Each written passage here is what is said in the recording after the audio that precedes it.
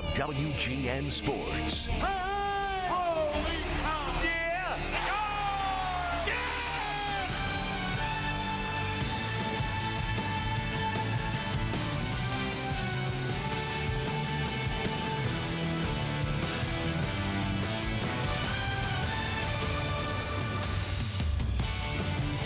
Just a spectacular day in Cleveland. Game number 2 of 3 as the Sox trying to even this series with the Indians after Corey Kluber threw very well against Carlos Rodon last night. Carlos Carrasco the opposition for the Sox this evening. Thanks for joining us once again. Jason Benetti, Steve Stone along with you. Welcome back. Good to have you. Daniel Palka last night, if you hadn't heard, hit yet another home run. He's top 5 now for Sox rookies all time. In spring training, the name of Daniel Palka wasn't on anybody's radar screen, but as the year has moved along, he's gotten better and better, and 25 home runs as a rookie is nothing to sneeze at. Last night, he took one of baseball's best out of the ballpark. This is a slider. It hung. Daniel hits it a mile over 420 feet. And Corey Kluber doesn't give up too many of those. Daniel getting it done once again, coming back from his injury and swinging it really well. On this road trip, 7 for 20. He's hit the ball out of the park 4 times, driven in 6, scored 5 with a slugging percentage of .950. All things considered, a very memorable rookie season. We mentioned Carlos Carrasco. He's the opposition for one of the best starting rotations in baseball with Cleveland, but Carrasco has just been superlative against the Sox. Right now, Carrasco is slated for number 2 in the playoffs, depending on Trevor Bauer. However, Carrasco good enough in the last couple of years, he's been unbeatable for our Sox. He's got great stuff. There's no debating that. You got to get him early or you're not going to get him. This is a straight change he's got. He's got a big fastball, a slider to go with it, and move the ball in and out, up and down. Carrasco can do that. There's an example of that slider, and it is a dandy. And so the last 2 seasons, 5-0 with an ERA, not even at 1 for Carrasco. On the other side of the equation, Dylan Covey against the Indians, 1-2, but an ERA up over 6. This is a good Indians team. They add Donaldson to the lineup. He had a home run last night. If Josh Donaldson is healthy, it answers the question about third base. Sox and Indians game number 2 on the way, but Carrasco may not be the best pitcher whose highlights you see before first pitch tonight. We'll tell you why after this.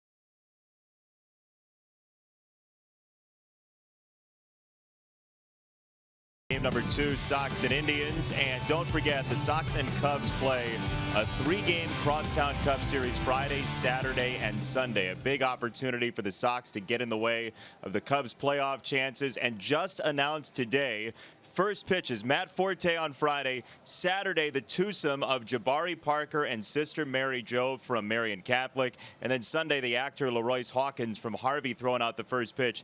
But Sister Mary Jo may be the headliner after what she did the day before Michael Kopech's first start about a month ago.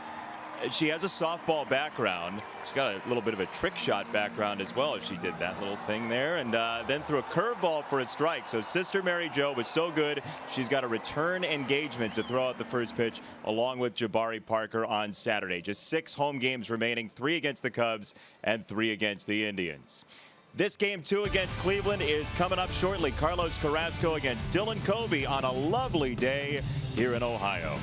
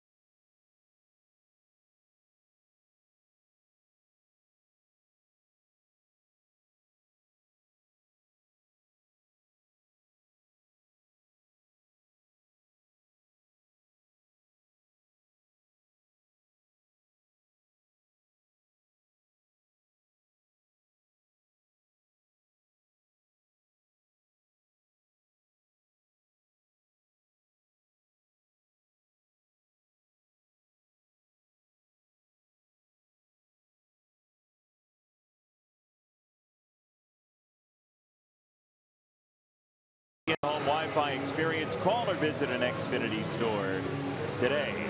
On a night when you cannot feel the weather, it is so beautiful out here in Cleveland. Sox and Indians game number 2. Trying to level the series. The Sox are against an Indians team that won 5-3 last night. Carlos Carrasco against Dylan Covey today, and the Sox lineup that will face Carrasco goes like this. Yohan Moncada off a 2-hit night, back to the top of the card against a right-hander. Sanchez and Palka, Garcia, Narvaez, Davidson, Smith, Anderson, Cordell, your starting 9. Let's take a look at the defense. As Terry Francona is going to put him out there for his Indians tonight. This is Brantley, Kipnis in center field. That's new for us, with Melky Cabrera in right. Then it's Donaldson, Lindor, Ramirez, and Alonso in the infield, with Yan Gomes getting the nod behind the plate, and Carlos Carrasco on the hill. Carrasco 5-0 the last couple of years against our Sox. He's been very good against them recently. 8-9 against our Sox overall, and there you see he's going for his 17th win. His ERA below 3.5. Opponent's batting average at 245. He's got just great stuff. 206 strikeouts, 36 walks. As you can see, he likes his four-seam fastball, but the curveball is pretty close. The changeup, the sinker, the slider, they fill out the repertoire. However, he's going to be a fastball curveball pitcher with just the occasional straight change. It's a good one when he decides to throw it. There's a look at Terry Francona, a man who routinely is over 500. And the umpires for the game this evening, Mike Winters has the plate. Ryan Blackney's at first, Marty Foster at second, and Mike Buchlinski is at third. So Jason told you it's just a gorgeous day here. It's going to be a little warmer tomorrow, but very little, if any, humidity. It's in the mid-70s. It is summer resort weather, as the Indians getting their rotation ready for the playoffs. The Sox thinking about next year and the year after that. So, after a long delay, been 2 days for me with the off day and all. Yeah, you've You've had a lot of repenting to We're do. back to do baseball. Take it away. Hey, thanks, Steve. Good to have you back. It's nice to be back. We will continue to play broadcaster roulette tomorrow. You and Wimpy will be together. Wimpy's actually hanging out in the booth here with us during the game as Moncada takes ball number 1. And off we go from Progressive Field here in Cleveland. Outfield pretty much straight away. The infield playing him with Lindor up the middle. And there is the changeup to Moncada. 1 ball, 1 strike. Yoan squared up a couple of balls last night. Double to center, single to right in a 2-for-4 night. Upstairs 1 and 2. Sox are facing an Indians team that's 14.5 up in the division. They have clinched the division already, and they'll very likely play Houston in the first round of the playoffs. Astros trying to stave off a late charge by Oakland. 5 games up as play starts today. Called strike 3 outside corner, and a strong start for Carrasco. That's the backdoor slider, and left-hand hitters have a tendency to give up on it. Then it snaps over the outside corner. Before you know it, this happens. You're called out on strikes. You could make a case for that one being outside and sliding around the plate, but Mike Winters thought it was good enough. Well, here's what Carrasco threw in his first 2 appearances against the Sox, and it basically tracks with one another. The slider a little bit more, curveball a little bit less, but breaking ball combination basically the same mix. He came over in a trade originally from Philadelphia. That was a trade that really benefited these Indians.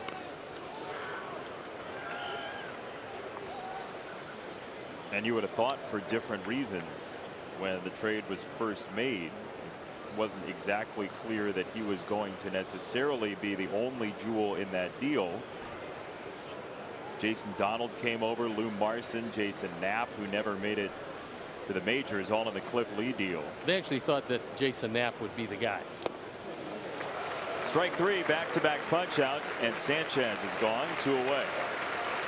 Thought Knapp would be the guy. He got hurt, and that was that. Marson turned out to be a backup catcher. Donald turned out to be a backup infielder, but Carrasco turned out to be the guy they thought he was going to be. And for Cliff Lee, the Cy Young Award winner, and they traded 2 of them. They traded Sabathia. They traded him to Milwaukee. They traded Lee to Philadelphia. Wasn't the greatest haul back in return, but Carrasco is still around and still a mainstay in that rotation. And Brantley, who was in the Sabathia deal, stands out in left field and has for quite some time. Yeah, they had 2 guys back, Laporta and Brantley. Brantley turned out to be the star of that deal, although it was thought to be Laporta when the deal was made. Didn't work out that way. Ball and a strike on Polka, who now with his 25 home runs is top 5 for rookies in White Sox history. He has the most for any left-handed rookie, passing Pete Ward a couple of days ago. Well, contact's at a premium tonight. Well, Carrasco's stuff is just otherworldly. I mean, he's 6'4", he's 225, so we're talking about a very big, strong guy who's been around since 2004 when he went to the Phillies minor league system. On the ground up the middle, and Ramirez and Lindor. It's Lindor who couldn't make the play, and Polka's safe over at first, so 2 out, and a rare miscue on the middle infield for Cleveland. It is E6, and this is right at Lindor, who takes it very casually and then just misses it. What you can say about that, he's a very good defender who did not make a real good play. That's error number 14 for him. I was going to say, you get Ramirez and Lindor together there, and that's the middle infield of the future for this team for quite some time. Yeah, they're going to be around a long time, and there's a very good chance that they're going to be able to each hit 40 home runs, if not this year, and it's running out of time to do it this year, but they're going to do it in the not too distant future. 40 home runs each. Strike 1 to Avi. Well, this Cleveland team, they can hit for power, they can run, and they're a scary team when you get into the postseason because of that rotation.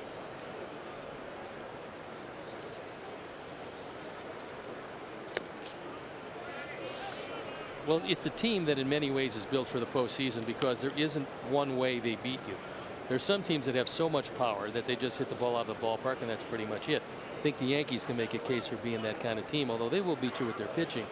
But their offense, they're going to hit the ball out of the ballpark. If you shut them down from doing that, you got a good chance of beating them. But Cleveland is different. Cleveland, you can shut down one or two aspects of their game, and they can beat you with the third. Speed is one of them, certainly. Manufacturing runs another one of those. They will hit the ball out of the ballpark, but they can beat you in a lot of different ways. They can certainly outpitch you. They can, to a certain extent, outdefend you. So this is a team that's well balanced, but they're running into most likely a Houston team that has the same kind of balance. Pitch was close. Carrasco didn't get the call. 3-1. And Houston playing some very good baseball again, trying to distance itself from Oakland. The A's played later on against the Angels. Houston up 4-0 in the 6th on the Mariners tonight. About a week and a half to go. Houston up 5 games in that West. Now 3-2. Yeah, Houston's going to win that one. It's really been a tremendous race. Oakland has lost 3 games in a row. That put them 5 back. But it's been a very good race, a lot better than most people thought. They thought Seattle would be in second. Oakland made a big run, and they've done a great job. They're going to settle for the wild card game, and it's most likely going to be against the Yankees. And then whoever wins runs into Chris Sale and the Red Sox, because Sale appears to be ready to go. It seems like it, and David Price pitching well, and all that goes along with that. Indians will see Boston this weekend, and Avi strikes out. Carrasco strikes out 3 in the first inning, and Dylan Covey to the mound after this.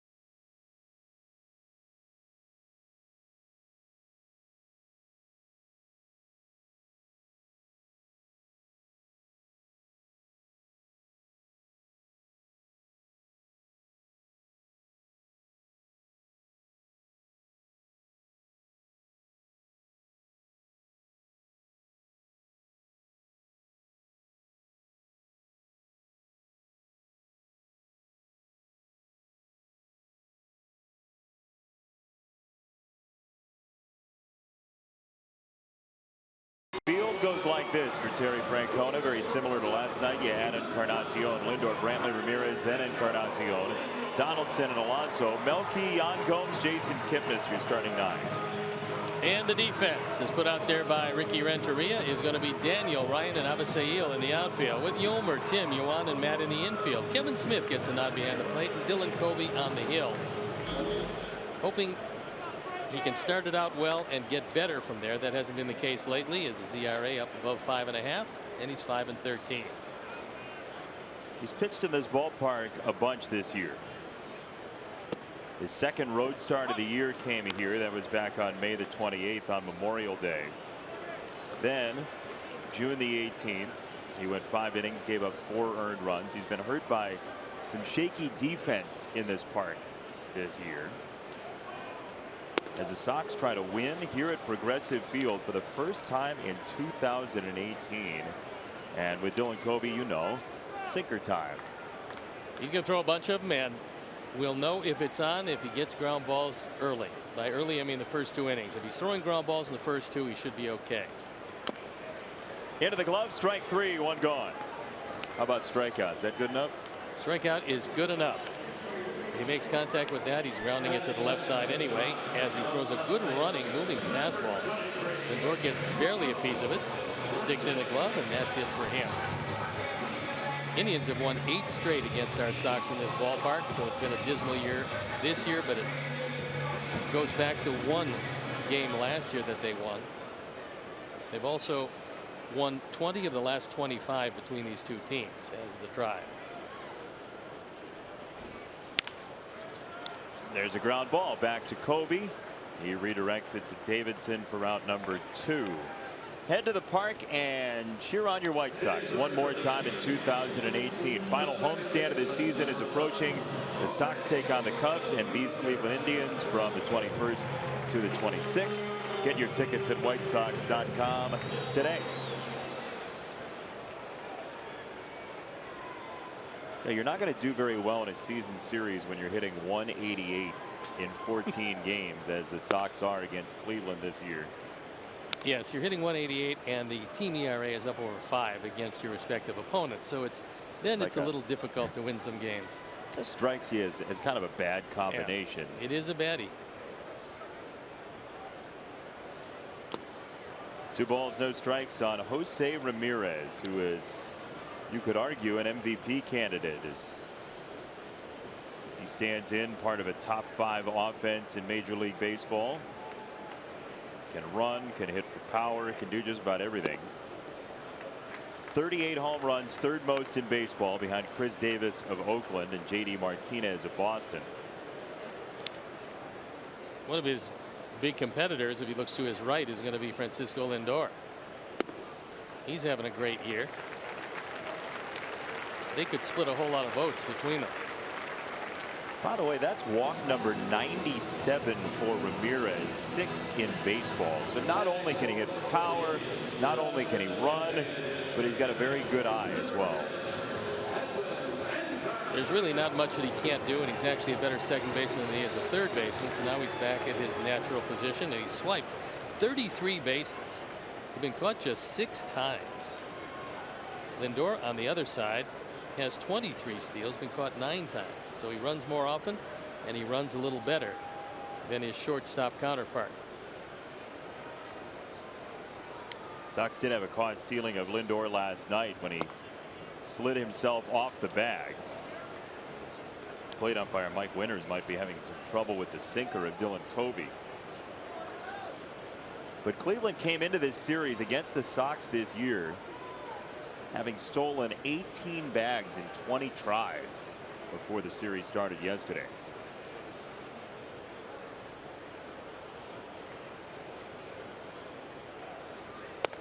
There's a strike right down the chute. Encarnacion right at 99 runs batted in. He would join Ramirez at 101. Lindor's got 86, so he won't get to the coveted 100 mark, most likely.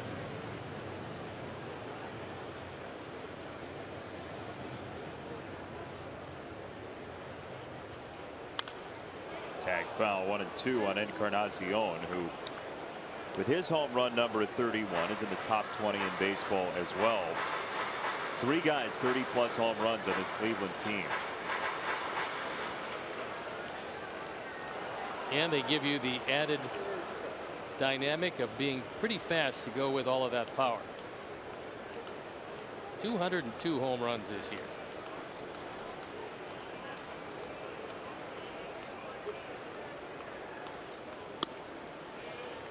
Two balls, 2 strikes for Encarnacion.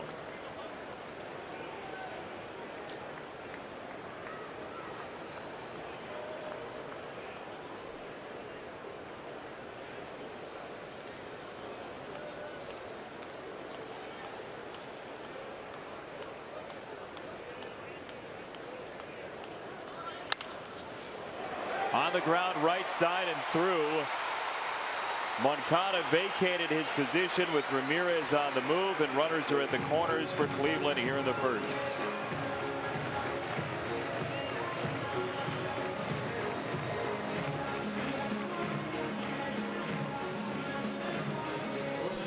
Good thing Avi got to this ball relatively quickly. The reason being that it looked like Ramirez at least was thinking about entertaining the idea of scoring.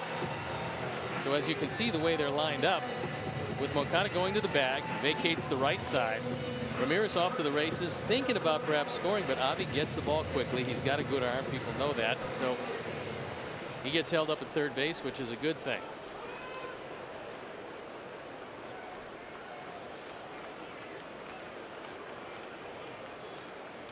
First and third, 2 out for Donaldson.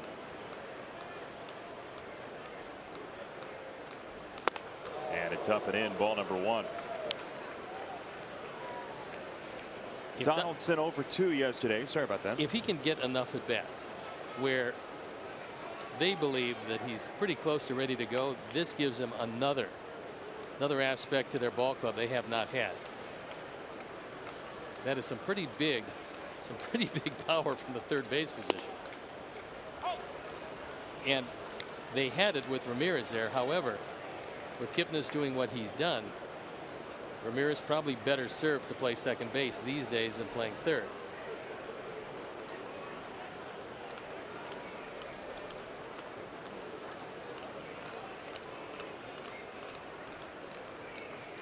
One.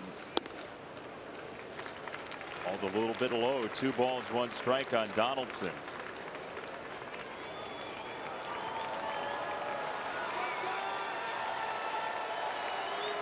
So the 4-pitch walk to Ramirez leads to a base runner on the move and the ground ball singling Ramirez to third. Suddenly Cleveland in some business here in the first. 2-1. That breaks in there for a strike. 2-2. Crowd didn't like it. That was a strike.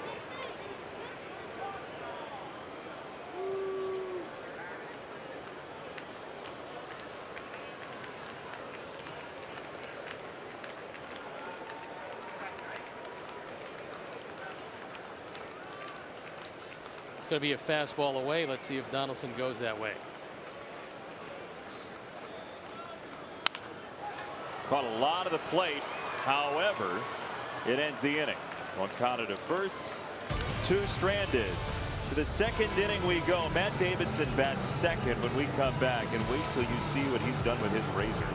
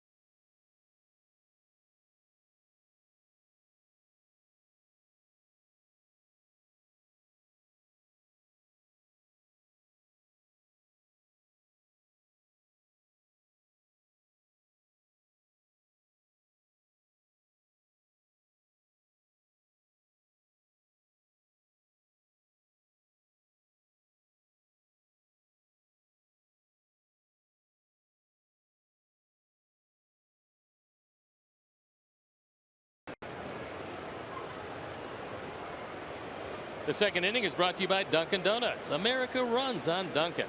You got any go-tos? Not yet. That was earlier this year. Yeah, that was a good one though. I was just starting to read that one well, and then they disrupted my go-tos. The go-tos went. Yeah. With Toyota, they are going places. We'll get there later, hopefully. True. Those places. Ball 2 on Narvaez. Sox had 3 strikeouts in the first inning, and Daniel Palka reached on an error by Lindor. Sox looking for their first hit.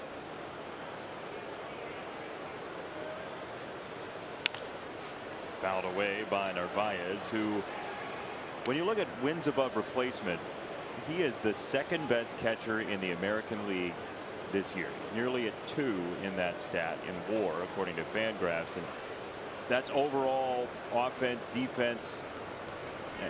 Just a remarkable year. Well, the last 3 months he's been as good a hitter as anybody around and better than most of them.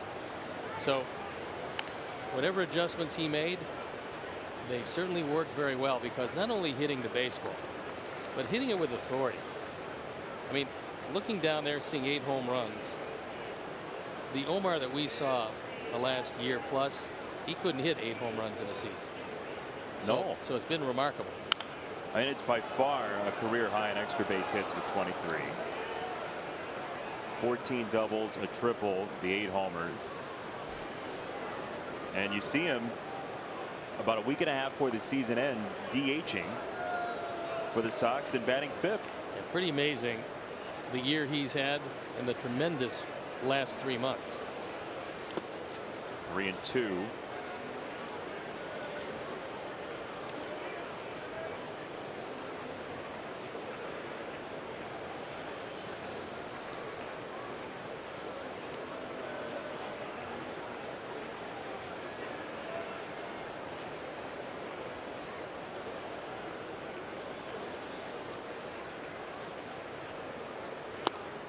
That's downstairs, ball 4, leadoff walk for the Sox in the 2nd inning. Hey, head to the ballpark. It's the final $1 Hot Dog Wednesday of the season. Wednesday, September 26th. That's a week from today. Sox and Indians, 7:10 p.m. Brought to you by Securian Financial, who can help you make every moment count. Find out more at Securian.com. For tickets, visit WhiteSox.com/$dogs today. And here is Mr. Fu Manchu, Matt Davidson. It's an interesting look. Yeah, it's his facial hair is leaving piece by piece. Well, look, if it works for him, if he starts to hit the baseball, he'll keep this for quite some time. Yeah, what an interesting contingency. I don't know that his family's going to really be up for that. He could hit 4 homers today, and I don't know he's going to keep it. No balls, 2 strikes. He was mulling it over yesterday before the game and decided to get rid of most of the beard, went goatee, and now he's borderline Hulk Hogan.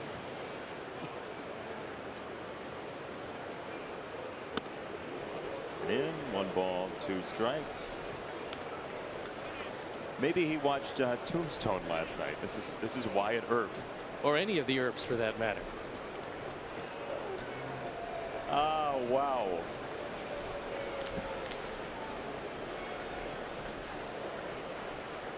One ball, 2 strikes. It's in the dirt, 2-2. You think Matt would do well at the OK Corral? Well, that saying, even the pretty good Corral. That saying about Carrasco, you got to get him early. Yeah. If you don't get Matt early, then he's going to really make the OK Corral tough on you, because he's big. 2 balls and 2 strikes. Narvaez at first, nobody out, 2nd inning. On the ground, slowly hit, and all they'll get is 1, if that. Lindor does cut down Davidson, who's running better with less facial hair, more aerodynamic. Much faster. Almost beat that ball out, as a matter of fact. And I think Donaldson thought he had a shot at this originally and then realized it was a straightaway shortstop. Lindor comes across and gets him by a full step. We'll see if it stays the same for the 2nd at bat. He didn't want to do, at least as of yesterday, he didn't want to do the Alex Bregman where you change it every at bat, because he felt like he'd be a copycat. So that looks like it's going to stay, for better or for worse. Kevin Smith swings through a slider, 0-1.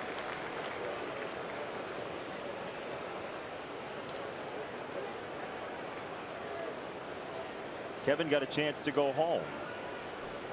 About 90 minutes away, so spent the off day at home, showed up at the ballpark 4.5 hours before the game yesterday.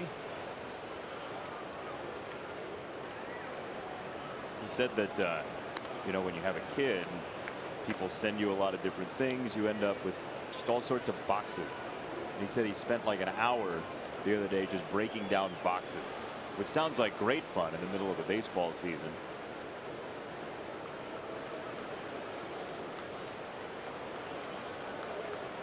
You would think of how many great things came in those boxes. True. It's pretty nice, actually. Strike 3. Fourth punch out for Carrasco. Is that a Matt Davidson shirt? Frank Zappa shirt. Oh, I couldn't tell. Matt doesn't have his soul patch going on. It's close. Doubt that Wake and Brixton are going to be renamed Moon Unit and Dweezil. Probably not, no.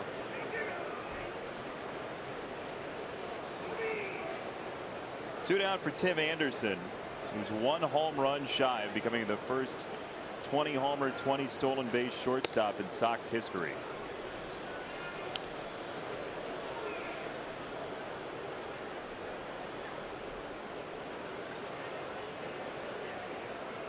He's got 12 games to do it in.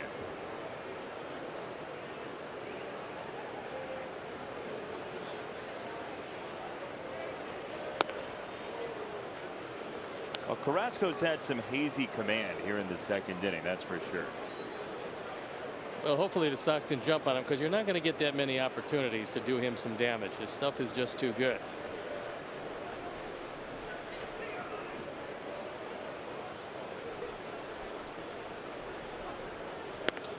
Way outside. 3 balls, no strikes with Ryan Cordell next.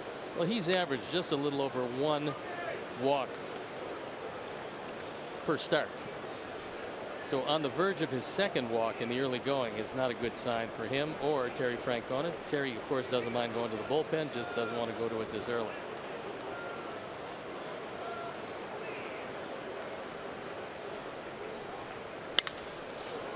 Sharply hit second base. Ramirez knocks it down and throws him out to finish off the Sox budding rally in the second inning. After 1.5, nothing.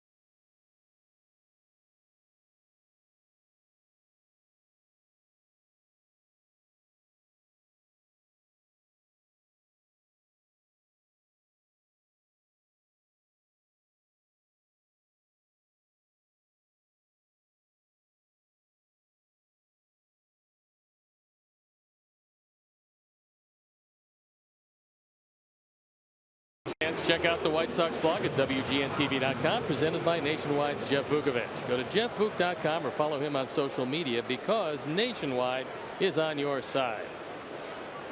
We're scoreless through 1.5 as Yonder Alonso takes a strike from Dylan Covey. It'll be Alonso, Cabrera, and Gomes. 6, 7, and 8 for Cleveland here in inning number 2.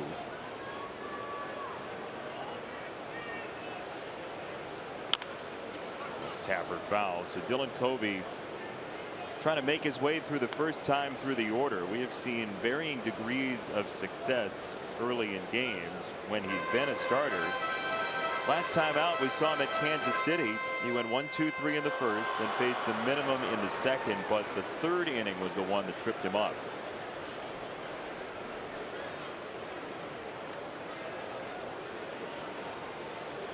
Well, he's thrown a couple ground balls with a strikeout to go with it in the first inning. That's usually a good sign. Davidson over. Covey covers. And one away. Earlier today, a little day baseball from Arlington. The Rangers lost, but Adrian Beltre won. Because here's home run number 475. Nice play. That was a great play. Didn't have a whole lot of interference. Wasn't guarded all that closely, but a fine play. A beautiful grab. Yep. 475 ties him with Willie Stargell on the all-time home run list. Just marking time until Cooperstown calls, which it will for that man.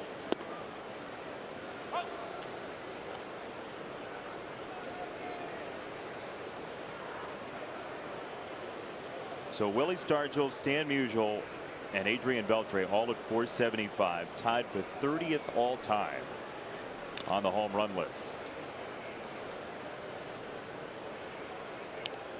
Fred McGriff and Lou Gehrig at 493 would be next for Beltre.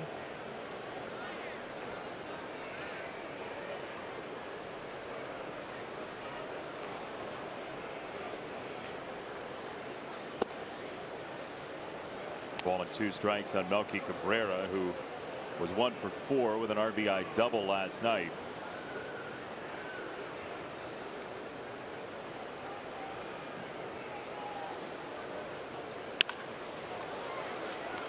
Anderson off the backhand side throws out his former teammate, and 2 gone in the Cleveland second.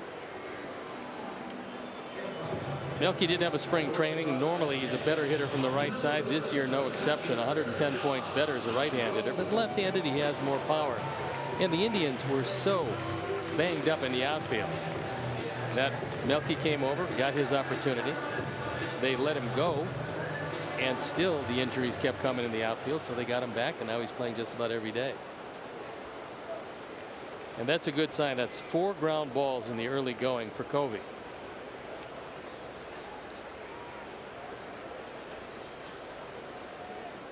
Even the hit was a ground ball. Encarnacion single through the right side. So the sinker is sinking early.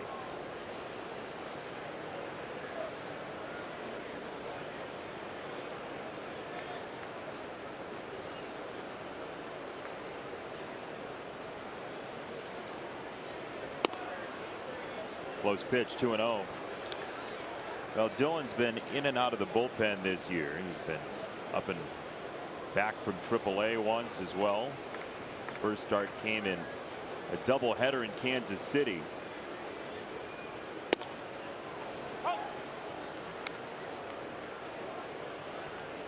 Suddenly become Sox custom in Cleveland for the starting pitcher to play video game golf. They have a stand-up golden tee in the clubhouse. Rodon played yesterday. Covey was playing against him this afternoon. So some pitchers like to be in their zone.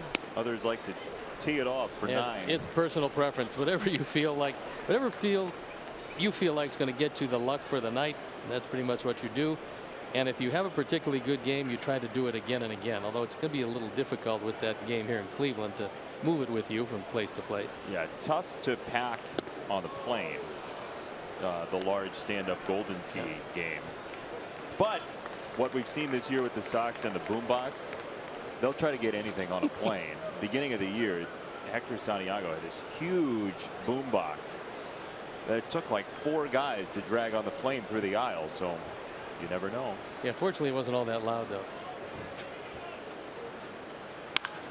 That ball's laced to left field and fair. Into the corner it goes for Yan Gomes. Palka spins it back in. It's a 2-out double for Cleveland's catcher. The same thing happened in the first inning. 2 quick outs and then a walk and a base hit. So 2 quick outs here in the second, and a double by Gomes leaves it up to Kipnis. Yan Gomes continues a nice year. Drills this one in the corner and then coasts into second base.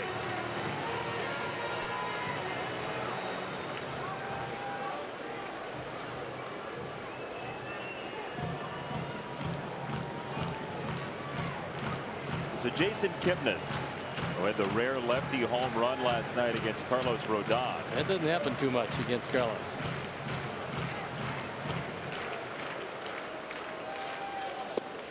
Strike one.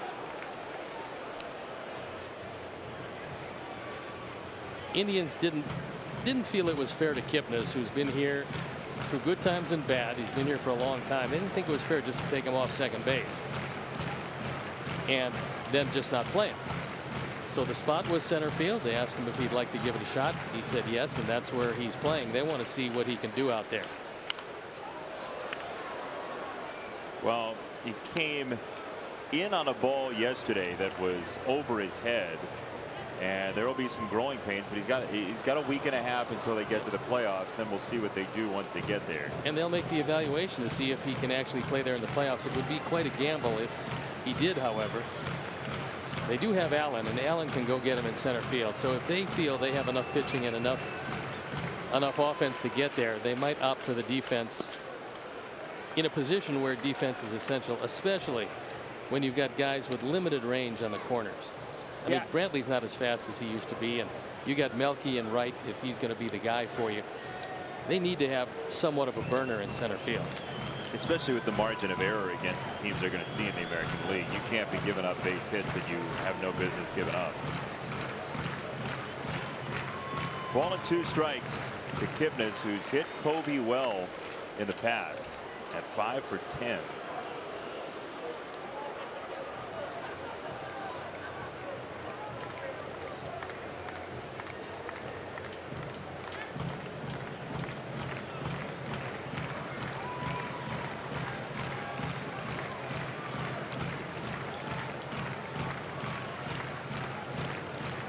Ball and 2 strikes. And he struck him out downstairs, inning over. Gomes marooned at second base. We're scoreless through 2.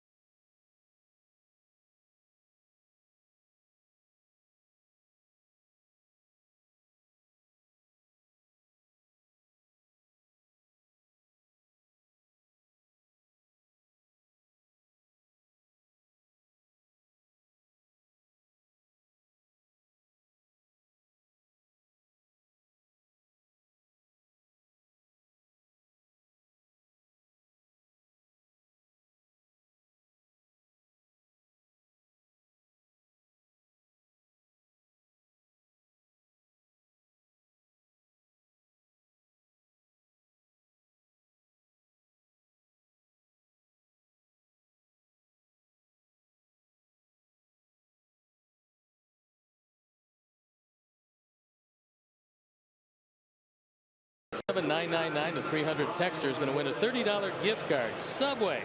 So much sandwich. A lot of sandwich. Tremendous amount of sandwich. Ryan Cordell, Yoan Moncada, Yomer Sanchez to bat in this third as we search for our first run tonight. Sox in Cleveland. 5 games left between these two clubs as the Indians will set their rotation for the postseason, and the Cardinals have done something fairly interesting. They lost today on a day that Jack Flaherty pitched, but the Cardinals have set their rotation to allow Flaherty to pitch what they believe are the biggest games coming up for them. As Cordell to the line, Donaldson across the way, and he stole Ryan's second hit respectively from him here in the third. Well, this is one of the things that Cleveland will get as an ancillary benefit to acquiring Josh Donaldson, and that is improved defense at third. This is a very good play, especially from a man who started out his career as a catcher. So Donaldson, who was drafted by the Cubs as a catcher, and I talked with Bob Melvin about it. He said one day we just ran out of third baseman. It was spring training. There was nobody around who could play third. We had our last third baseman injured, and I talked to Donaldson, who I knew was a pretty good athlete. I just asked him, "Do you think he can play down there?" He said, "Yeah, I'll give it a shot." Well, he parlayed it into millions of dollars and a wonderful career for a guy who wasn't a third baseman but became one. My only question is, how do you run out of third baseman in spring training? There are hundreds of guys around. How does that happen? Well, there's a lot of guys. However, there's not a lot of guys in the major league camp. So eventually go run the backfield and grab somebody who's standing at third base. Well, I think Bob probably made a wise choice. Worked out pretty well for the third baseman currently wearing the Indians garb. Strike three called. Fifth punch out for Carrasco. And we'll take another look. That one's a fastball, and that moved right from the right hip to the inside corner. And after the backdoor slider the first time up, it's two called strike threes, only two completely different pitches. Sanchez shows bunt, takes a breaking ball and a strike.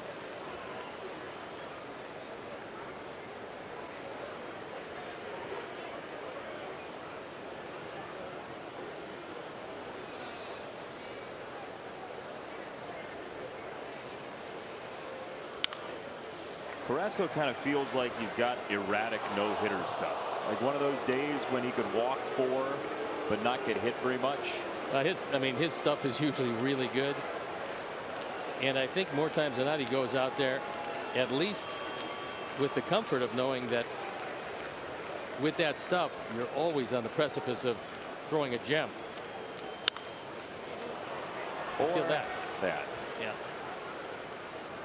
Two-out single for Sanchez. Should say that more often. Well, yeah, I was going to say he made it a long way with the no-hitter intact. 6 words or so. A third of a hitter. Yes. Yeah. Well, what with the weather changing and everything and the humidity dropping, my crystal ball is kind of on the fritz. Well, I know you can't hold yourself over to be here tomorrow, but tomorrow you're getting the summer again. 86 with humidity you're getting here supposedly. Well, it's gonna be like 90 in Orlando where I'll be, so. Well, that's true. Yeah, but there's no humidity down there. Oh no. Daniel Palka, who reached on an error in the first, is up with Sanchez at first here in the third. Big rip 0-2. Daniel in the top 5 in White Sox rookie home run leaders. Matt Davidson from last year with 26, and the leader is Jose Abreu, who was certainly very close to the finished product when he was a rookie in 2014. Got a good chance of running down Zeke Manura, as everybody else did, but Zeke was fairly slow. 3 more, he's there. Just had to take that dig at Zeke's foot speed. It was a little slow. Didn't hold it against him though. I think you just did. No, just pointing out the obvious. Palka goes after strike 3 downstairs, and the inning comes to an end. 6 strikeouts for Carlos Carrasco. Zeke Manura, 19 steals in his 7-year career. Whoa. He was the Usain Bolt of the 30s.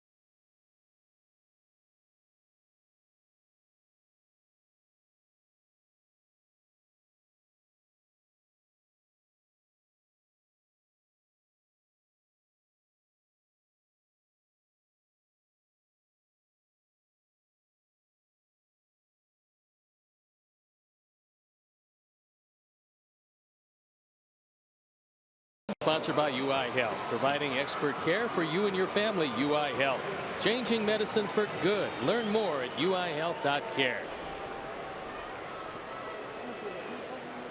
Bottom three, Lindor, Brantley, Ramirez coming up to face Dylan Covey. And we are scoreless. Well-pitched game yesterday. Carlos Rodon, Corey Kluber.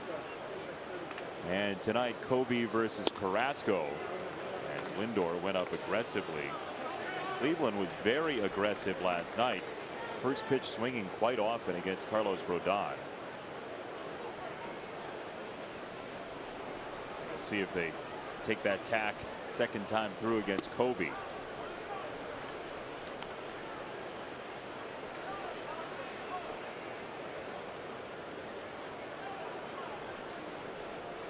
Dylan in the spot previously occupied by Michael Kopech in the rotation. Tommy John surgery officially done yesterday with Michael Kopech as Davidson flips to Covey. The expectation is a full recovery for Kopech for spring training in 2020. Your 2018 Chicago White Sox are presented by Guaranteed Rate, your trusted teammate throughout the mortgage process. Experience the difference today at rate.com. Red Sox are trying to clinch the East, and they've had a difficult time doing it the last couple of days, with the Yankees leading Boston 3-0 in the second inning tonight. That's Severino versus Price.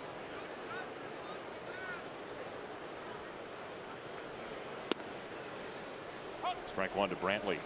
Interesting thing about the Yankees, if you're Yankee fans, certainly, it would appear that Severino wouldn't be their #1 game starter. J.A. Happ would probably be that guy. He's been more consistent. Severino's really good. He's just been inconsistent lately. Yeah, Happ since coming over has been a star for the Yankees. And he said it when he got traded that when the Yankees seek you out, that gives you a little extra confidence about what you can do. He's also playing with a much better team than he was with Toronto. Not a bad group, but they're having a tough year. The Yankees, of course, having a very good year. So putting on the pinstripes has really helped J. Happ.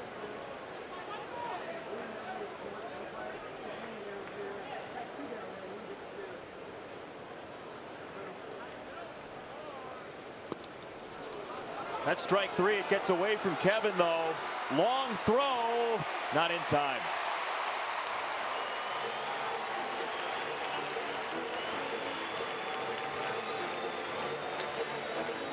It is a pass ball, and we'll take another look. Good slider. Kevin misses it, and then the ball trickles away, and Brantley, who doesn't have great speed any longer, has good enough speed to beat the play as this one goes rolling right through the legs of Kevin, and he can't get it there in time.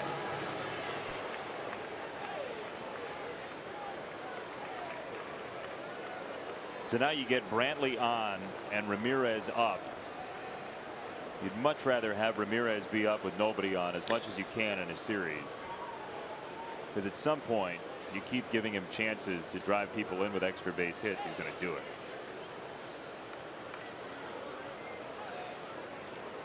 He's got 78 extra base hits this year, 36 doubles, 4 triples, 38 home runs. I would say that's a fairly impressive year overall. Yeah. He's also top 5 in intentional walks with Trout and Schwarber 1 and 2. How about Dansby Swanson, top 5 in intentional walks? For him, it might be absolutely a case of the hitter behind him as opposed to him. Yeah. Yeah. I think in National League, if you hit 8th, you'll probably get your share. But Swanson's a good player, and he came to Atlanta at the right time because they have a very good young team, and he's a big part of it. You got a big win today with the Phillies and Nationals 5.5 and 6.5 back. Atlanta was nearly swept by St. Louis.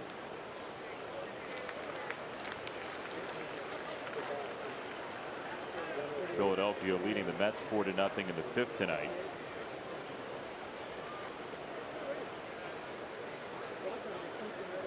Two and 0 to Ramirez, who's seen 6 pitches, all balls so far.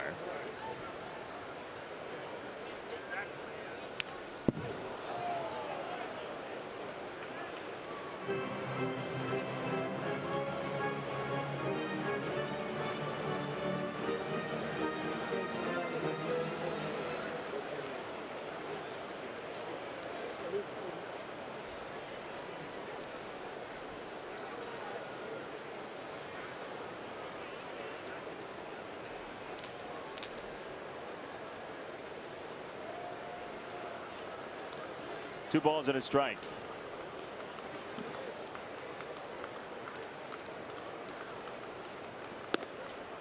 Ramirez last year 3rd in the MVP voting to Altuve and Judge. Got his extension last year, 5 years, at the end of March last season.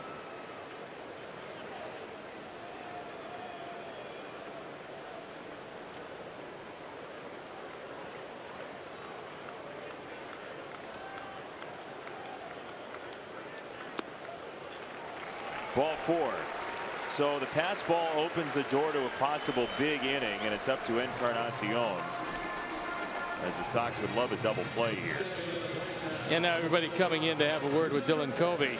This is usually the one step before Don Cooper comes walking out to the mound, and so far he doesn't feel it's necessary.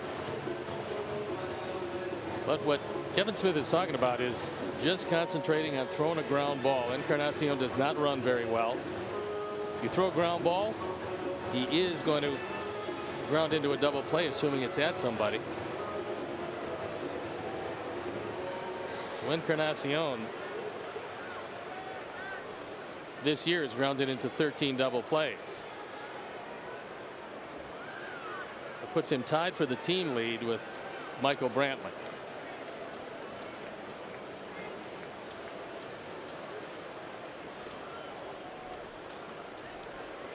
Brantley at second, Ramirez at first.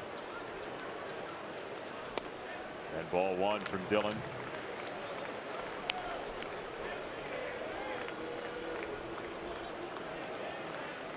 We'll see if he misses with this one. If he does, it would be a nice time probably for Don Cooper to come out before he has some problems and leaves one in the middle of the plate to a guy who can hit it a long way.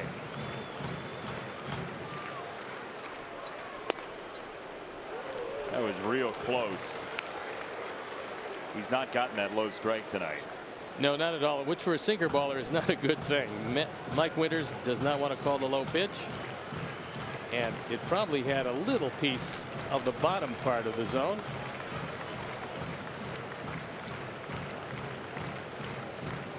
Seven straight years, 30 or more home runs for Encarnacion. And he pops this one up. Back of home plate, Kevin Smith squeezes out number 2. Big pitch and a huge out.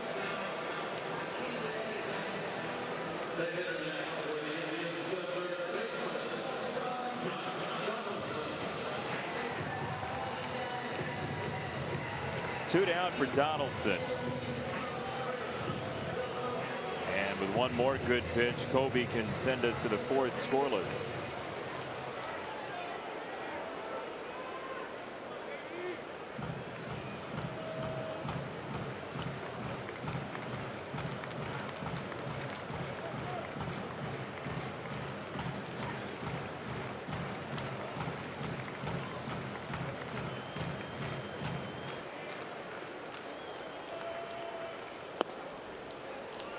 Ball and no strikes.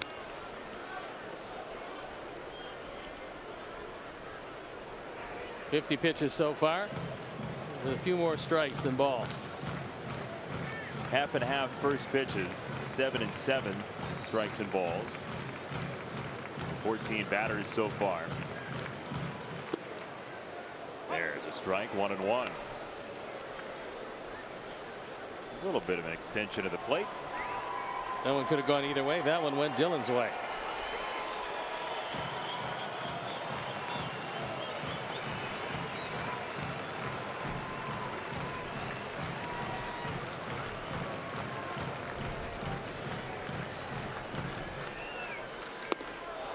1-2.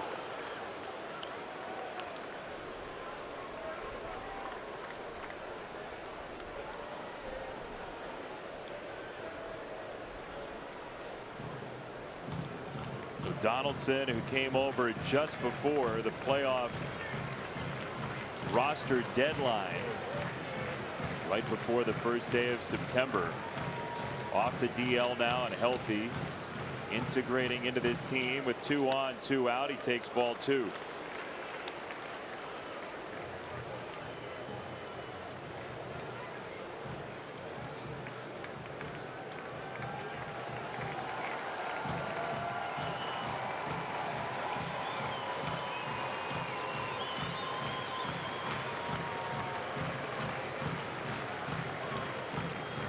Brantley at second, Ramirez at first.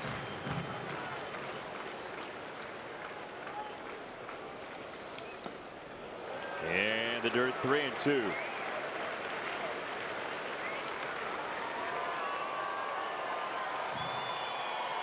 Real disadvantage here is no force out.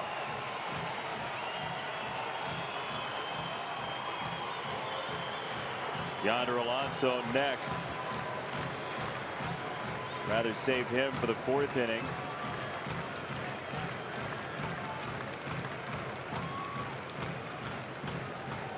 Three and 2.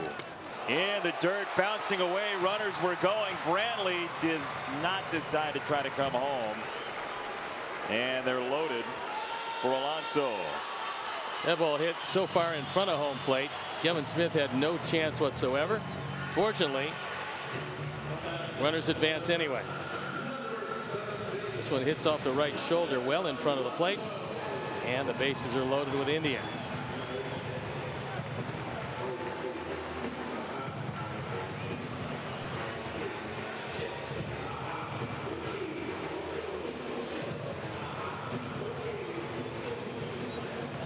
Brantley, Ramirez, Donaldson. Nary a hit among them.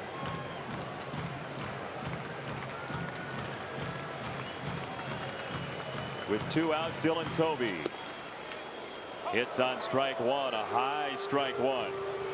That was a changeup. Alonso just shaking his head.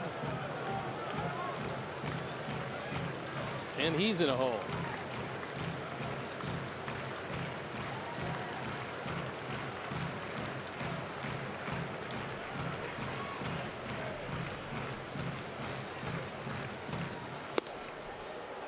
Fastball zipped in at 97 for strike 2.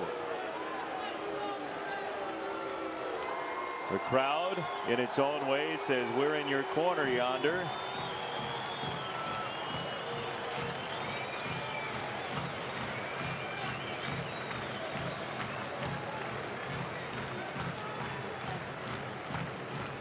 No balls, 2 strikes. Bases loaded, 2 out. 3rd inning. Try to get him looking like on the second pitch, but that one a little too far inside. He cuts that one inside, trying to nip the inside corner with a slider. Couldn't quite get it there.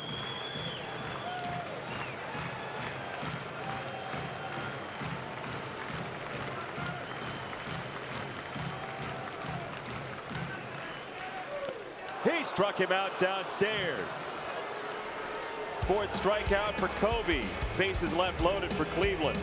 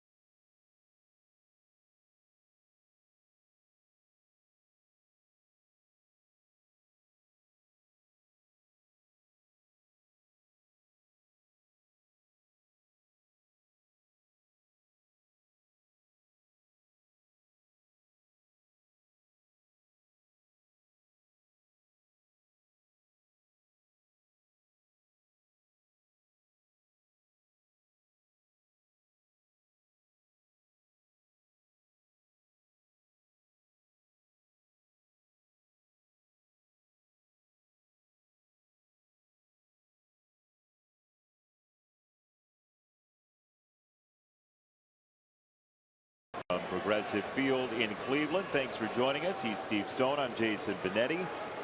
Sox trying to win their first game in this ballpark in 2018. It's been a very good Indians baseball team.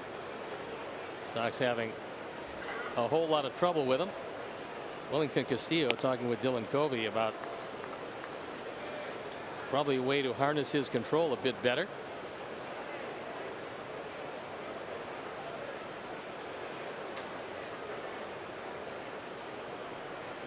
Well, Carrasco so far just one hit allowed, as he will get swings and misses on the breaking stuff, that's for sure. Well, with over 200 strikeouts, he's just got excellent stuff. And a guy can wipe you out with 3 different pitches. It's hard to deal with.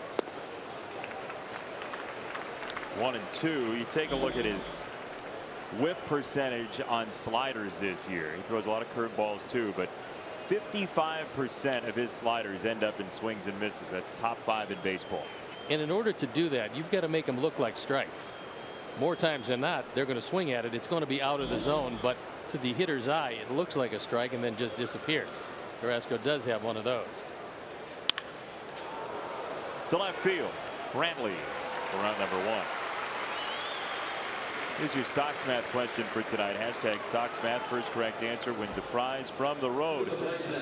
Yolmer's jersey number multiplied by Tim's jersey number plus Omar's jersey number minus Yoan's jersey number. It's brought to you by your local Chicagoland and Northwest Indiana Audi dealers. Visit AudiOffers.com for exceptional deals. So Yolmer multiplied by Tim plus Omar minus Yoan. Jersey fun. It's like going to Atlantic City. That's a lot of Jersey fun. I'm surprised you didn't do it when we were further east, but such is life. I've got to think about it for tomorrow if I'm going to come up with anything that resembles a Sox math question. Oh, are you going to do it like Chuck did in Baltimore? Well, I think. I mean, we'll work out something, certainly. Strike a deal. Yeah. Rush to second base. Ramirez on the grass for out number 2.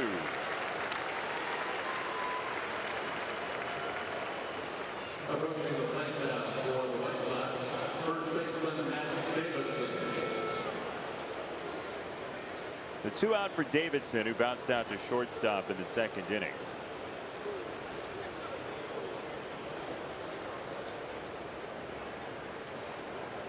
Mustache is a new invention that likely will not have time to be patented. It'll disappear probably before tomorrow's game. See what happens the rest of this one. You get some solid contact, you might decide it is indeed the mustache.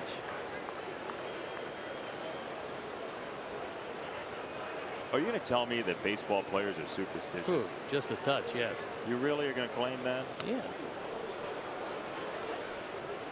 Huh. That's shocking to me. I don't know how it started. Maybe with ice cream. As ice cream was invented, players became superstitious. Kind of looks like Don, our cameraman, without the big beard. Don got a cameo last night. That's ice cream sharing going on. I am not in for that. Are you? Sure. No. You never would let anybody share your ice cream. Are you kidding? I'm a huge ice cream sharer, especially. Now, the fact that I'm lactose intolerant plays a part. Granted, everyone can have all of your ice cream. They can have every bit of it. So I don't actually share. It's more like giving. Here you go. Have some ice cream. Well, again, so generous of you to always give away the things you don't want. Well, that's why. Presents. That's why I've given away multitudes of root beer floats. Yeah. You told me how good they were. I wanted to share with other people. Davidson lashes this ball left of center, and a juggle from Kipnis, but it won't lead to anything, so no error. It's a 2-out single for Davidson with his first career hit against Carrasco. It's the mustache. You cannot give up on the mustache now. He hit that ball awfully hard. He does not have a strikeout to his ledger in 2 at-bats. This is a fastball low and away, and he crushes it to center field. I'm thinking you stay with that mustache at least another game and see how it does. Here's the thing, he didn't complete, like there's stubble in between. He didn't completely shave the whole thing.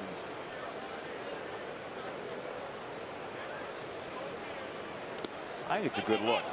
And off he goes. Davidson peels away to second base on the wild pitch from Carrasco. Well, you mentioned after almost beating out the ground ball to shortstop that he's got increased speed with less facial hair. And that could very possibly be. We'll watch it again. This is a wild pitch as the slider goes skirting under the glove of Gomes. He's more aerodynamic. There's no question. For Carrasco, that's wild pitch number 8.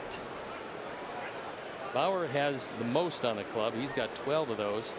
And he's been off for 5 weeks. So he piled up those 12 in a hurry. Still with a brilliant season and what could have been a Cy Young season had he stayed healthy. And he's a little frustrated about that. But when you take a look at it, and those of you who might remember that Cleveland series, it was Jose Abreu who hit a line drive. It turned out to be off the ankle of Bauer. And it looked like it wasn't serious. He walked off. Everything was fine. They wanted to take a look at it. They did. Turned out there was a crack there. And so it's been 5 weeks. They're doing something really interesting with him because he's going to be their number 2 starter if he's healthy. They won't know if he's healthy. So what they're going to do is they're going to pitch him the first time to go a max 2 innings. And that's coming up here at the end of this coming week. And then he's going to go out a second time and go a maximum of 3 innings. And then by the last time, and it's made for the last game of the season, he's going to go out there. They're going to probably let him go 5, maybe 6, depending. If he's throwing real well, they've got their number 2 starter. If he's not throwing very well, their number 2 goes to Carrasco, and then number 3 probably Clevenger. They would love to have him healthy, but if he's not healthy to start, they will put him in their bullpen. Lindor on that rocket fights it off and throws out Smith. Well, if you're a germaphobe, please look away. Those cones have been in so many different hands. Think about that as we step aside.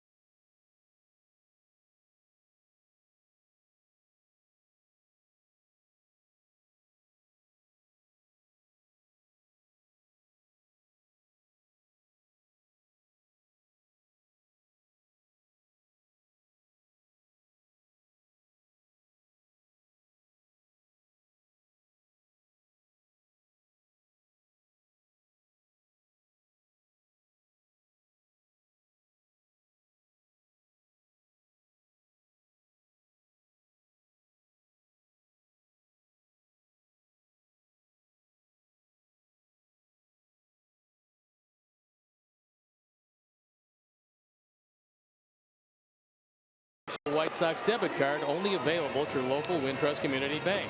Go to wintrust.com/White Sox to learn more. Wintrust Community Bank, member FDIC. Melky Cabrera, Yan Gomes, Jason Kipnis coming up to face Dylan Covey. He was allowed just a couple of hits, 3 walks, 4 strikeouts, and nothing on the board.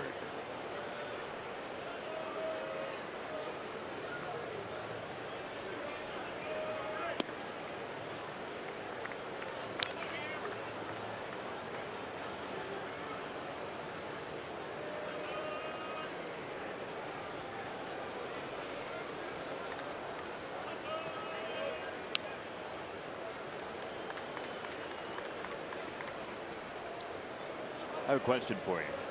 Okay. if you had a group of friends, which you do in Arizona, that you have a routine get together, right, for coffee. Right. If they were to schedule that coffee on a day when the White Sox were playing, how would you feel?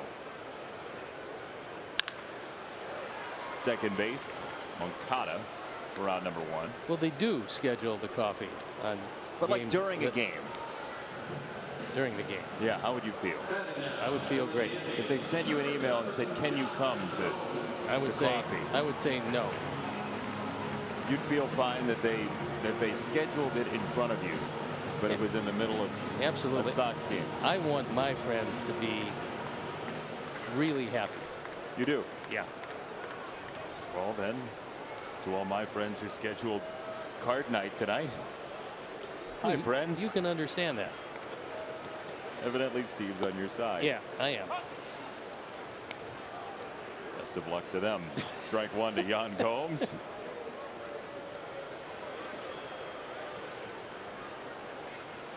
Gomes doubled to left in the second inning. We told you about Omar Narvaez being the second-rated catcher according to wins above replacement in the American League. Gomes is number 1. He's had a fine season. He's had a nice year. But Salvi Perez had a pretty good year, and you know, when you look at his home runs driven in, you got to figure he should be in pretty good shape for that. But Omar at number 2. For a guy who looked like he was going to be the backup for most of the year. That would have happened likely if Wellington Castillo hadn't been suspended, but the opportunity was created and off he went.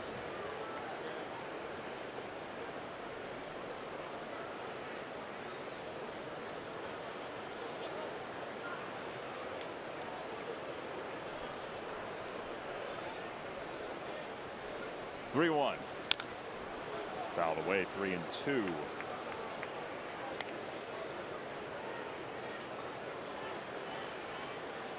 Sox will play the Cubs Friday, Saturday, Sunday after this 3-game series comes to an end.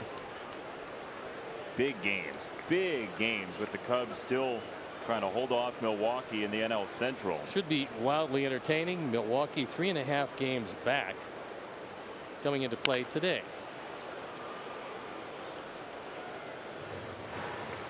Brewers leading Cincinnati tonight 1-0 in the third.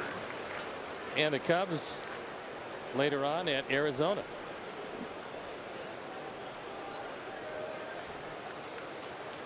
And the Diamondbacks really hanging by a thread. It's going to be very tough for them to get there. Yeah, 6 back in the division.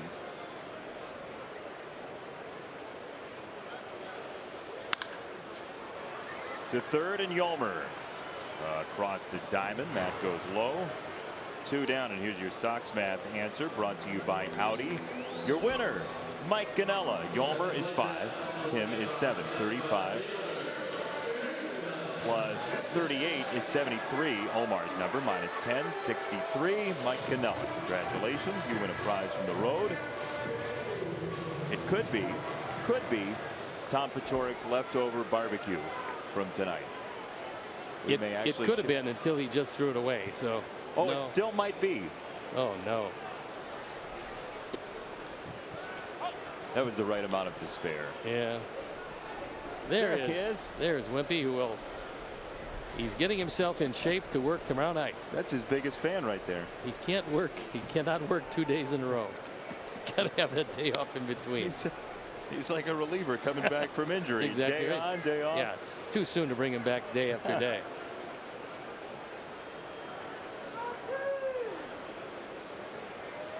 One ball, one strike. Jason Kipnis.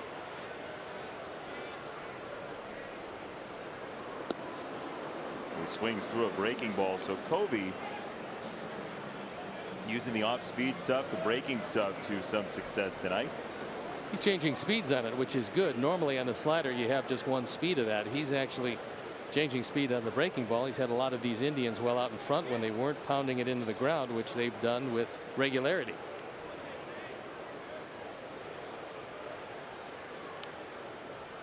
1-2.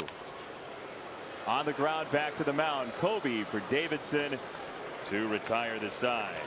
All three on the ground for Dylan Kobe. No score through 4.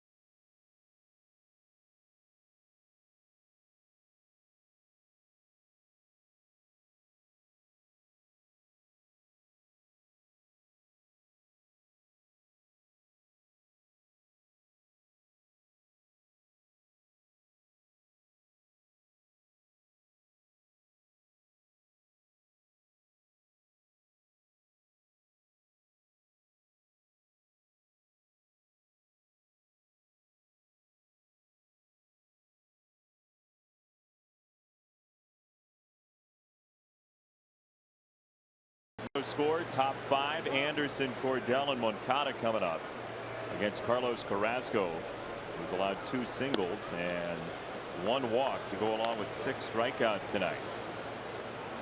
Tim hit it well last time, but grounded it right at Ramirez at second base. So if that's any indication, he was seeing it very well. We'll see the resolution of this at bat. He saw that one really well. It almost hit him. A little one taken in the game. Going for a ride. It looks like Dad's in charge, but that's not actually the case. Right field, Melky Cabrera. Out number 1. Cleveland's won 3 straight division titles now, and you see what these starters have done against the Sox. The past 3 seasons, Kluber at 2, Bauer 293, Carrasco 207, Clevenger's been real bad at 303. Pretty start rotation. 303 being the worst of the 4. Yeah, that's outstanding. Clevenger's most unhappy with you for pointing that out. Tim Lincecum's hair twin. Look out, Nick Capra. Nick got out of there in a hurry, and fortunately so. That ball was scalded down that way.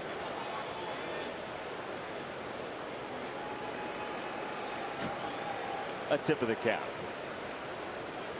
from Cappy. 1 strike to Cordell.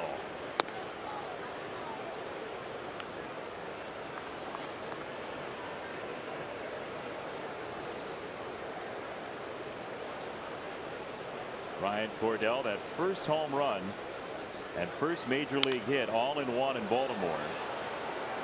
At Liberty University in Lynchburg, Virginia.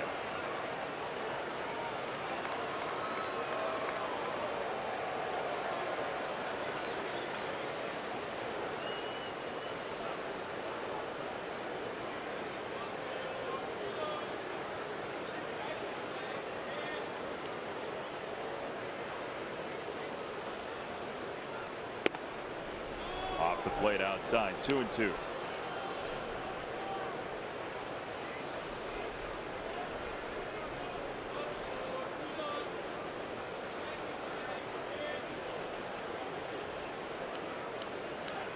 He struck him out downstairs.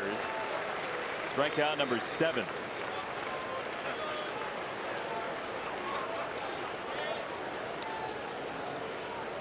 Stepping in now for the White Sox. 7 strikeouts, just 1 walk to go with it.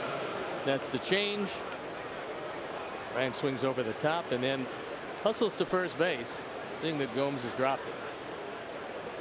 Almost looked like it happened on the exchange, and you could argue that the out was made anyway, but neither here nor there. Ball 1 to Moncada, who got punched out in the first and the third. 2 strikeouts looking tonight.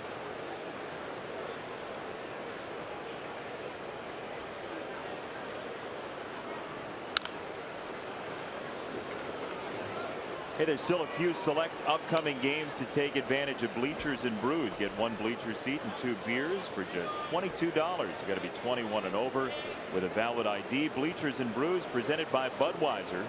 To purchase tickets, visit whitesox.com/brews. Moncada, center field. Kipnis started back, now rushes in and makes the catch as he still gets his sea legs under him in center field. No score after 4.5.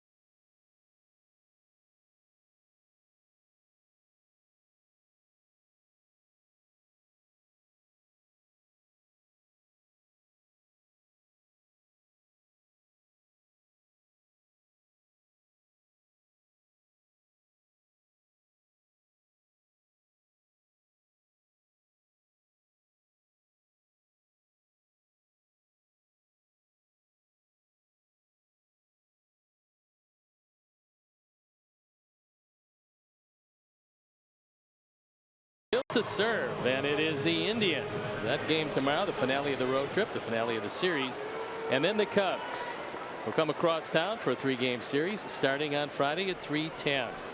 That's our Ram upcoming schedule. Sox will have a night game tomorrow and then travel home to take on the Cubs for that 3:10 game. As Dylan Covey hits for strike 1 to Lindor, who's 0 for 2 tonight. Dylan this year, 3rd time through the order, has seen the batting average against him increase to .329. On base at .385, slugging nearly .470. Lindor has not seen the ball well for whatever reason. He's had some of the worst cuts we've seen him have. I mean, it looks like he's guessing. Yeah, on balls away, he just kind of looks like he's almost chopping wood to go get him. And that's most unusual for him, who normally has pretty good swings at just about everything. Up and out, 1-2.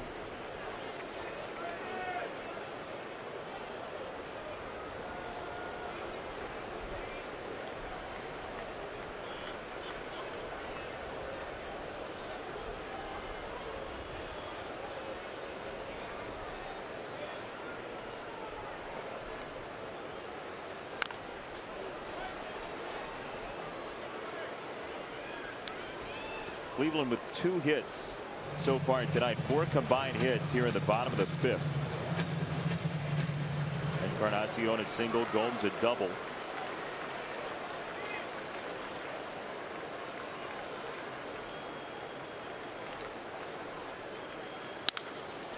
Lindor needs a new bat. Moncada rushing in, throws him out. Nice play by Yuan, who had to get there quickly, knowing Lindor can really run. He didn't have much time on the transfer, but he was able to get it there and get him by a step. He breaks the bat, not hit hard, but gets by Kobe. Nice play by Yuan.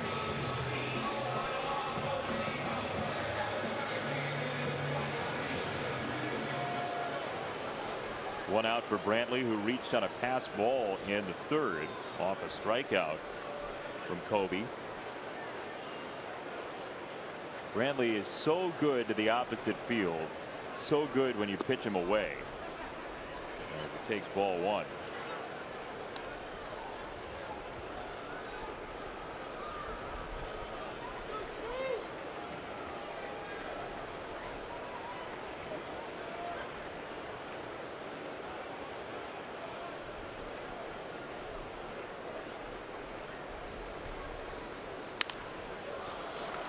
Fouled away, 1 ball, 1 strike. Brantley's going to be one of their top level free agents. It would be a loss if he's not around. Very good man in the clubhouse, just a good solid player overall. He's a free agent, and you've got Allen and Miller, 2 back-end relievers, both free agents. Well, it's an aging team. Yan Gomes is 31. Alonso's 31. Kipnis is 31. Donaldson's 32. And certainly don't know how long he'll be here, but Encarnacion 35. Brantley 31. Davidson for round number 2. This could be the last gasp for this group. Not Ramirez and Lindor, certainly, but for this group of veterans. Well, Michael Chernoff, who is the GM, along with Carter Hawkins, who's the assistant GM, did Terry Francona a good service by getting him a back end of the pen guy in Brad Hand. Because Hand is really, for all intents and purposes, taken over as the closer, as Allen's had one of those years where he's been in and out. Miller's had one of those years where he's been hurt a lot, both with the shoulder and the knee. And getting Brad Hand, who's going to be here for a while, was a key acquisition for the Indians, because he gives them a left-handed closer with a great curveball, a guy that can consistently get people out, and he's on a very controllable contract for quite some time. I think the Indians have him for another 3 years. So that turned out to be a good trade, and they traded Francisco Mejia, a very good hitter, to San Diego. Young catcher. Yeah, the thing with Mejia is the jury was out on could he catch. And the Indians, because of all the problems that we've seen in their outfield, the Indians made a proposal to him. Why don't you go learn the outfield at Columbus in AAA, and we need guys. You got a good shot at coming back. He turned that down. He refused to go and play, despite the fact that he is a hitter, plain and simple. I mean, he plays catcher, but he's a hitter. And whether he can catch or not in the major leagues, nobody knows yet. But he refused to even try the outfield, which, if he did, he'd probably be in the starting lineup. Yeah. Oh, yeah. I mean, right now, because that guy can swing the bat. 2 balls and a strikeout. Ramirez. Well, you got Melky Cabrera in right tonight. Brantley in left, a stalwart, and then Kipnis in center field. So there are spots up for grabs in this outfield. There's no doubt. And they just had a whole lot of injuries. Close, no cigar, 3-1. Bradley Zimmer was one of those injuries that really hurt the Indians, because even if he didn't hit anything, he was such a presence defensively in center field that he could make the left and right fielder look that much better. There's a strike. 3-2 on Ramirez, who walked on 4 pitches in the first, then 5 pitches in the third, and now he's 3-2 with Kobe.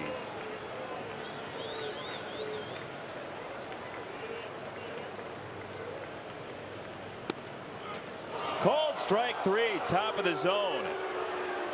1-2-3 inning for Dylan Kobe. Ramirez can only smile.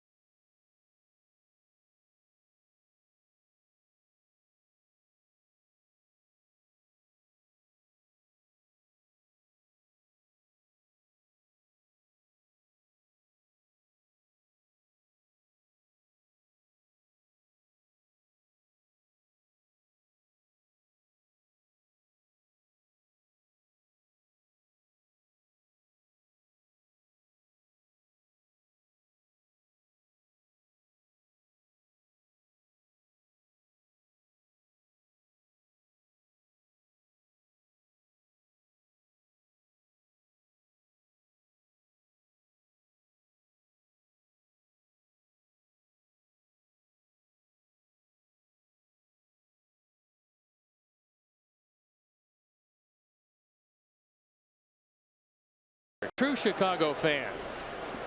Though it's a scoreless ball game, both teams with 2 hits. Indians have made the only error of the game, and both pitchers dominating at this point. Yes, they are, as we thought Kluber and Rodon would do last night. They went long, but they didn't have zeros on the board as long as this. Now both pitchers really throwing it very well.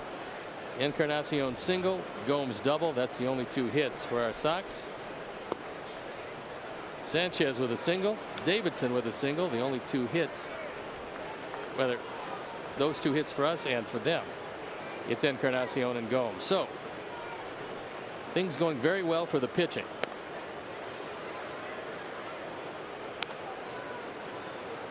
Three and 1 to Sanchez, who had the first hit tonight for the Sox. Carlos Carrasco, 31 years old, fires in a strike. 3 and 2.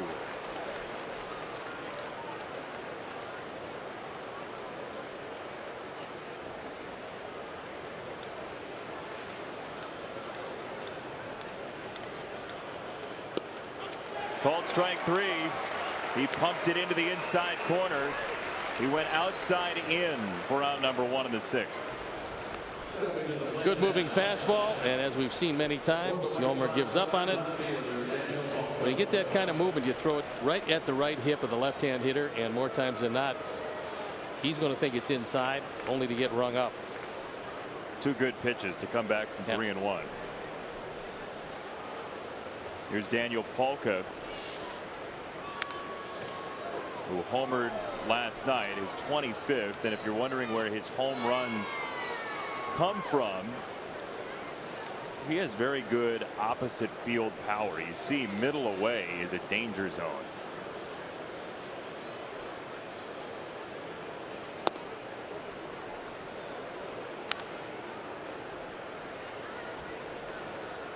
Middle away is a danger zone because of what he might be looking for in any given at bat. He's strong enough to take it out to left field, but middle away can also be pulled a long way.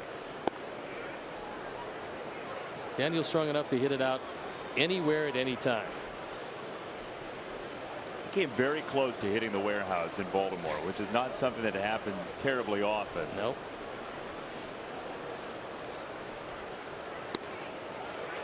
Two and 2.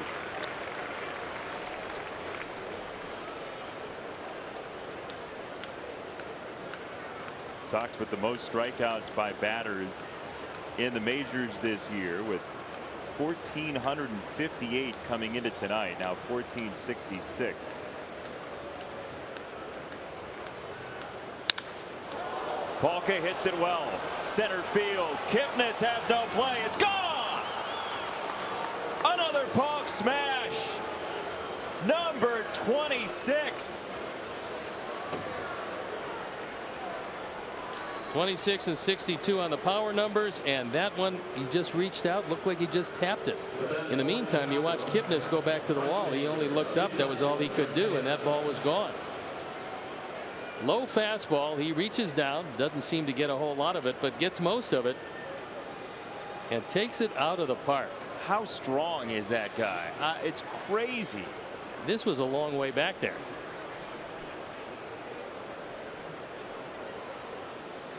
First run tonight on the Palka home run, his first career hit against Carrasco. Yolmer did not give him the home run chain, however. Unless that is a new one. It's a different kind of home run chain.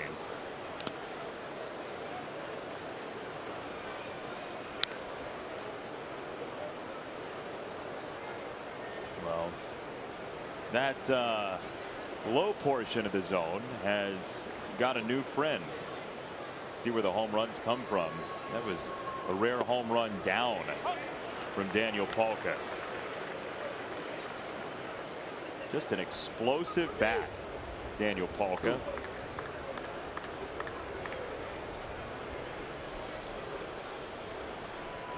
Two one.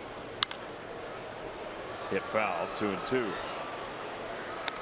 Greg Sparks commiserating. Sox assistant hitting coach. Daniels had 381 at bats and hit 26 home runs.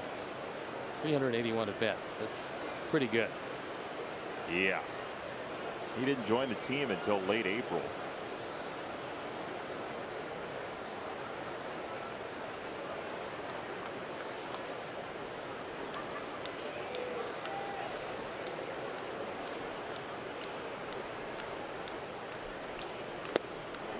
Strike three, ninth punch out for Carrasco. To give you an idea how good that is, we'll take a look at Lindor, who's hit 35 home runs. He's hit them at 615 at bats. So you're looking at a guy with 235 or so, depending, 235 at bats more, and only 9 more home runs.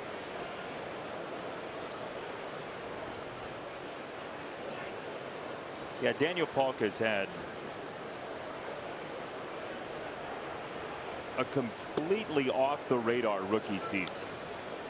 I don't think not only based on what we thought in spring training, but based on what maybe the nation knows about him still. Nobody could look at this year knowing how he came into this year and what was ahead of him for this year. You couldn't have possibly predicted this. Omar slices that pitch to left, and Narvaez is 1 for 2.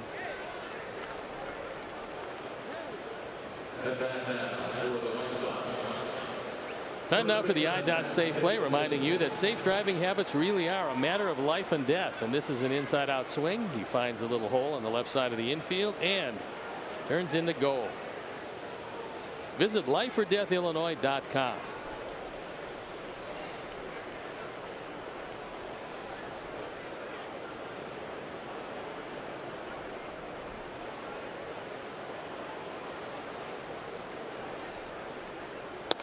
Matt Davidson looks at ball 1. So the Sox have the lead in their quest to win their first game here at Progressive Field this year.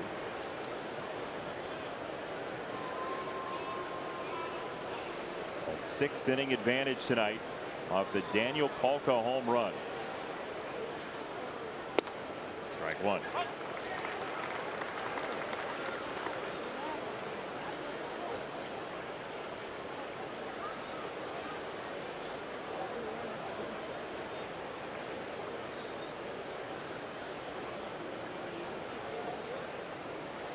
Omar at first, 2 gone.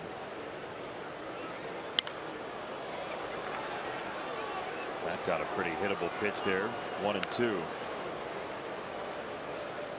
Looked like he got his hittable fastball, but just fouled it back, which will happen on occasion.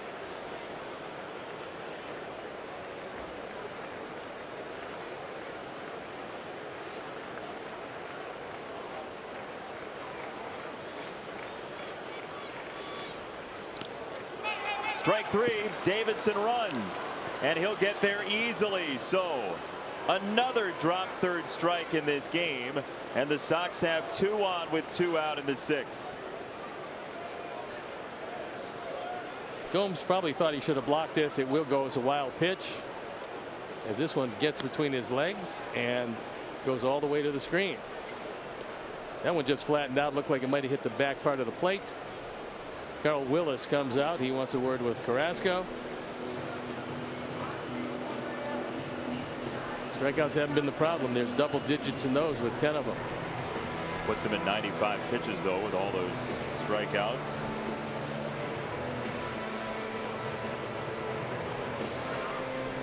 Since August the 1st, Carlos Carrasco has 4 10-plus strikeout games. He has 7 for the year, and a guy whose ERA was right around 2.5 for the second half of the season coming into tonight.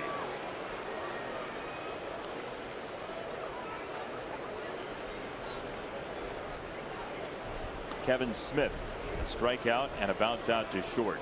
And here's an opportunity because Nick Capra is going to try to score on every one of these outfielders.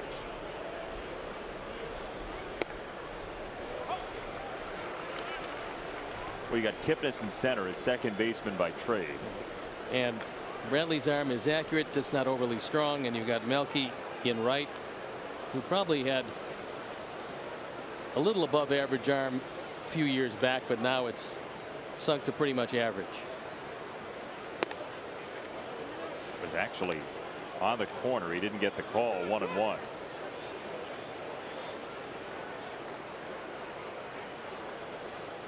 Bullpen up and going. Dan Otero.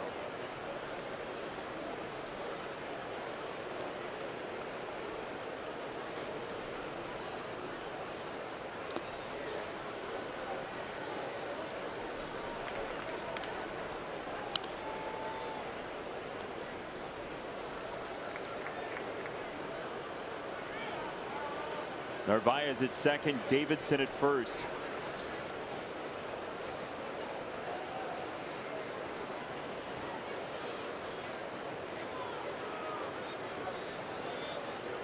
Two and one to Kevin Smith.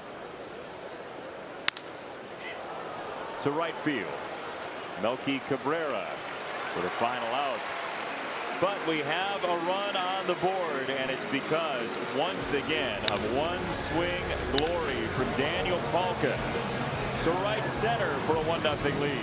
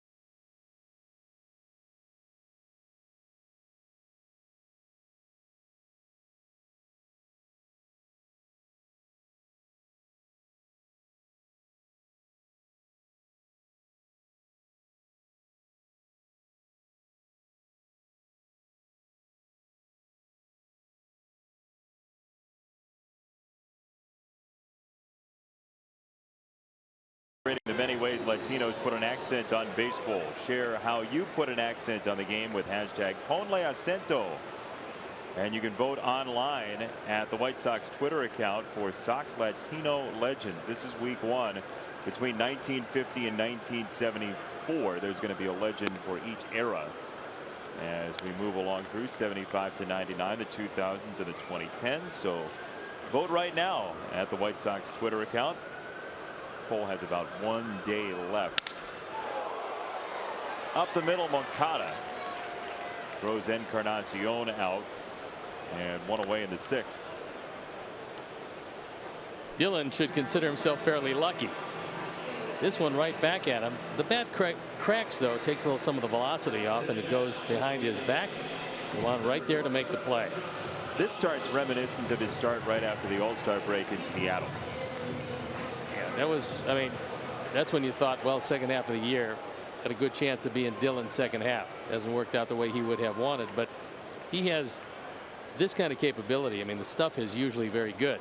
It's a question of harnessing it. Tonight he has. Well, he's a ground ball machine tonight too. The last out outside of the infield for him in a game was in his last appearance. There still has not been a fly ball out in this game. There's been a pop out in foul territory, and that was to Kevin Smith, and that's it. That's the only ball in the air. And the bullpen up and going. Hamilton and Frere.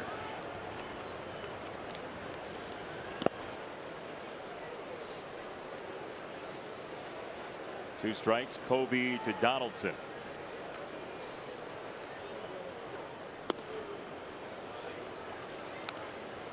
Indians have some hitters who have been very good against the sinker this year. Gomes at 385, Lindor 375, Ramirez 353.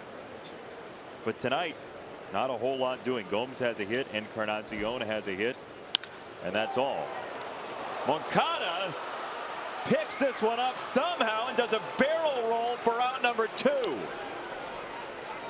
Well, it was hit right at him. You don't find too many guys knocked over by balls hit right at him on one hop. However, that's what happened on this one.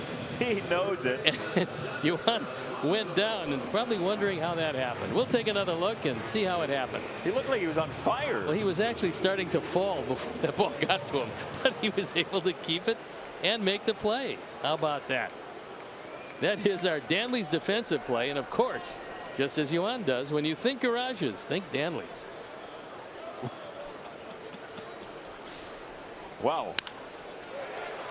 Now here's Moncada. Good read. He stays upright. 3 baseballs hit to Yoan in the inning. Twice he stood up for him. We'll go to the 7th.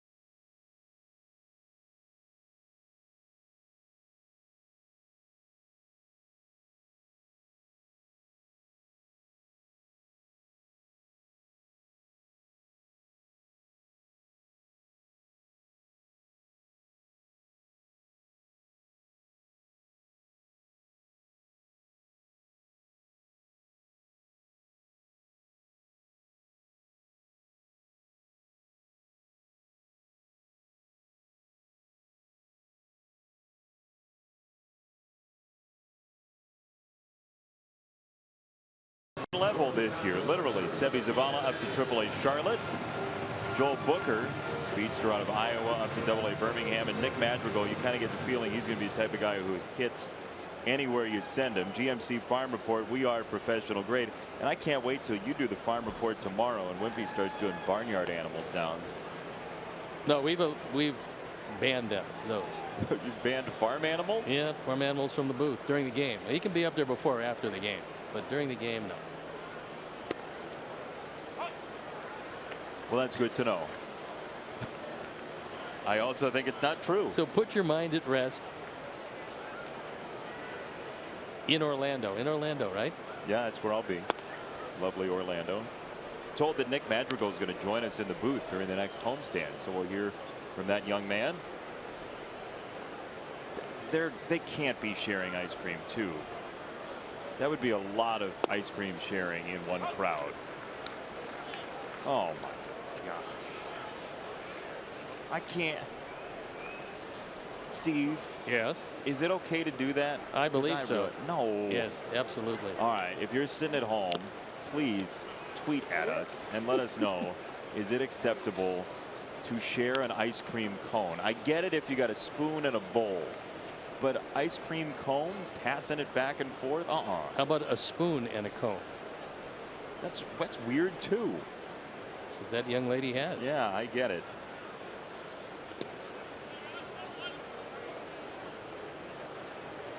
Now she's eating off the spoon. He's eating out of the cone. See how many friends they have in Chicago. Message and data rates may apply when you're shown on our screen. Into the glove, strike 3, and that's been the wipeout pitch for Tim Anderson recently. Teams have gone back inside against him late in counts. Inside and mostly down, and that has done the trick. First time Tim is a strikeout victim tonight. That's 11 for Carrasco.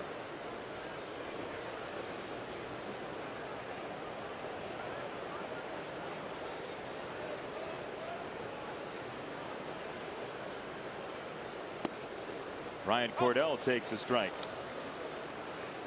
This is the best response we've gotten so far. This is from Pat McLovin 99. Please stop showing people sharing ice cream cones. It's uncomfortable.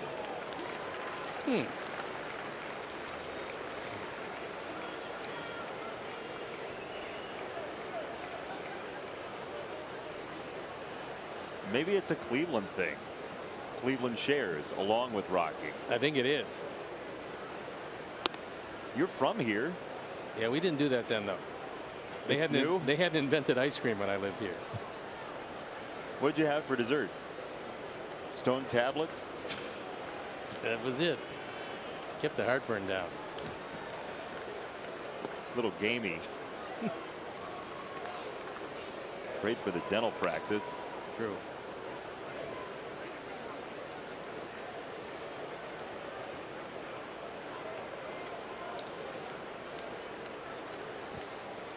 We have some tremendous responses to the sharing of ice cream cones. M.A. Flea. Well, here's the thing. You get your own. That's how you do it. M.A. Flea says no on sharing unless it's sherbet. Why does that make it better? It's the same idea. Pretty much, yeah. I would think that's not that viable, but. Hard hit third base side. Donaldson again holds the line. My goodness, what a night he's had over at third. Both times robbing Ryan Cordell. Cordell could have had a couple of doubles tonight, but not for Josh Donaldson, who is endearing himself to the Tribe fans despite not hitting the ball quite yet. But the defense is there. Pours it across and gets him by plenty, and that is going to be it for Carrasco. He's going to depart this one without a chance to win it. And he gets a very nice hand from the crowd. So as he walks off to a standing ovation, we're going to step out and be back after these messages.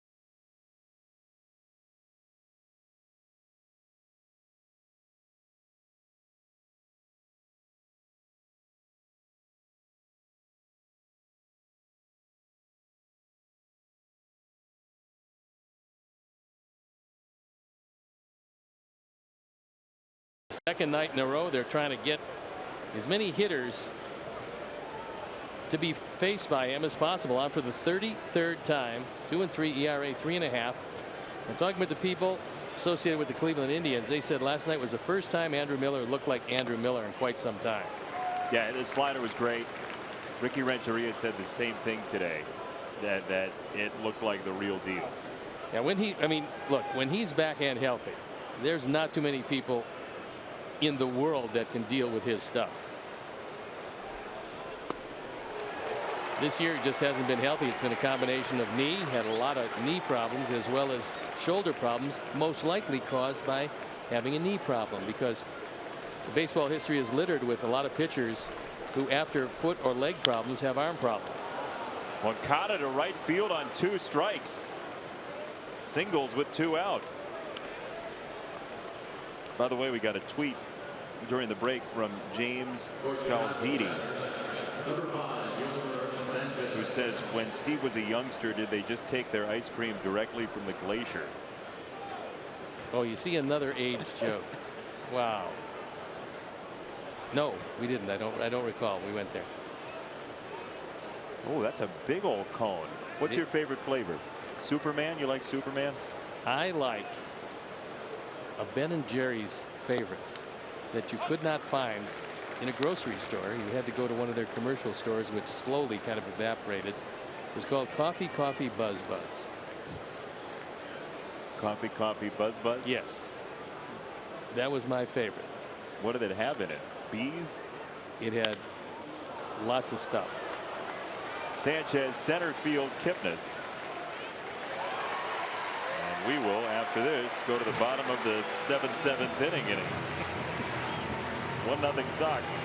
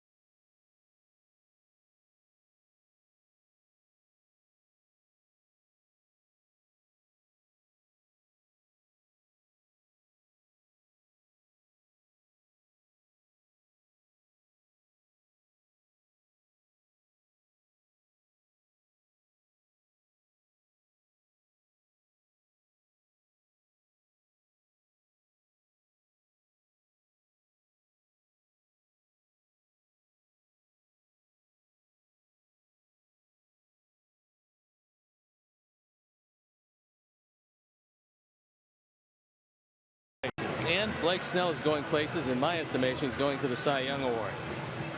Got 20 wins, an ERA of 197, opponent's batting average of 179. He's saved his best for the best teams in baseball, the 5 playoff teams as they sit now. He's only lost 2 times. So this is the best 5 we have, and he's dominated them. So Jace Fry comes into the ballgame to protect a 1-0 lead. A great job by Dylan Covey. I mean, he was brilliant through 6, gave up just 2 hits, walked 3. And all things considered, was that usual, as Jason says, a ground ball machine, the likes of which we haven't seen for quite some time.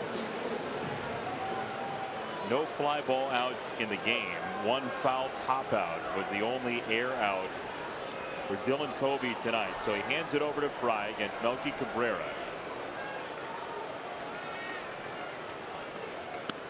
And there's ball 1. Melky will turn around and hit from the right side. We talked about him earlier.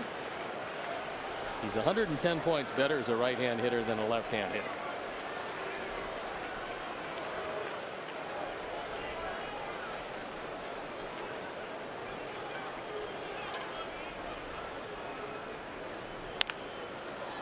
Jace Fry collects out number 1. Time to quiz Steve on his own career. Sticks and Stone is always brought to you by Volkswagen. You were born in Euclid, Ohio. The city was named after the Greek mathematician Euclid. He's known as the father of what branch of mathematics? Visit your local Volkswagen dealer at VWdealers.com. I will say. It's going to shock you, but I know this one. You do? Yeah. Okay, so if you were guessing it, would you guess algebra? I don't know. I might. How about geometry? Could be. How about arithmetic? Is that even a branch of mathematics? I don't think so. I have no idea. How'd you do in math? Really poorly. They asked me to leave well before they flunked me out of the class. You were distracting the other students who were trying? That was horrible. It just was. Okay. I don't know, but I'll say algebra. Okay. We'll check it out very shortly as Jace Fry tries to wipe out Gomes here. 0-2. Down and out. Certainly a nice year for Jace Fry as he's established the fact that he can pitch in high leverage situations. He can pitch at the end of ball games with the game on the line, something that no one knew if he could do that when this season started. So that he has accomplished.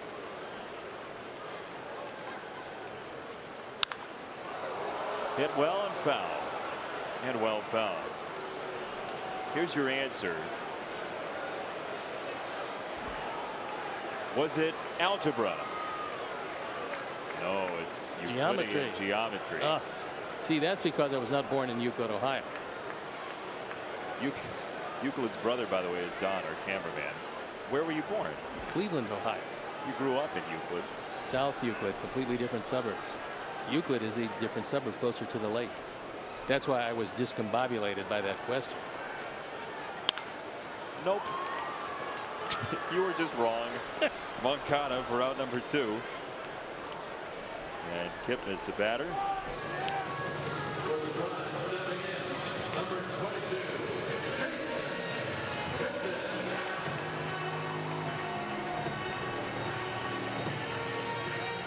Sox fans are starting to use the hashtag Cleveland shares with the ice cream. They seem to do a little bit of that here, which is, all things considered, not a bad thing. I know you're a big fan of it. What's wrong with you? Kipnis takes outside, ball 1. Sox trying to preserve the shutout here. Last Cleveland base runner was a Donaldson walk in the 3rd. A quiet night for a strong offense.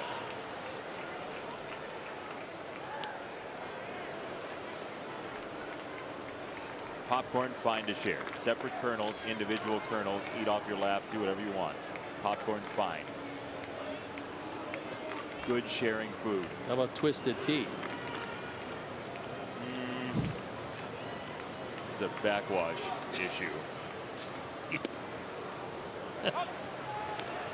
Beverages. Yeah, how are you on beverages? Where do you come down on beverages? Well, it depends. It depends. Depends on how deep into the beverage you are.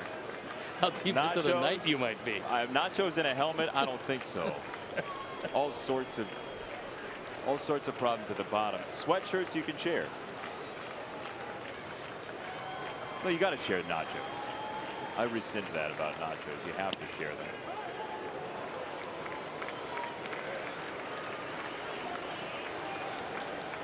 People are going to start tweeting in their worst shareable foods now. You know how that goes. Yep.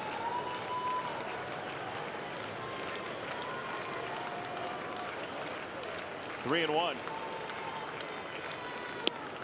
Breaking ball is in there. That last bite of nachos we just saw is the problem. He used the nachos as a plate, so if any excess falls off in mid-bite, you got a problem. I don't think he's the only one with a problem. Yes. Line drive, foul, right side. Give you an idea what Jace Fry thinks about his curveball. He threw it 3-1, then went to the fastball 3-2, which was hit awfully hard. Let's see if he goes back to the curve and ends this at bat. It would be the end of the inning along with it. 3-2. Fry to Kipnis. On the ground wide of first.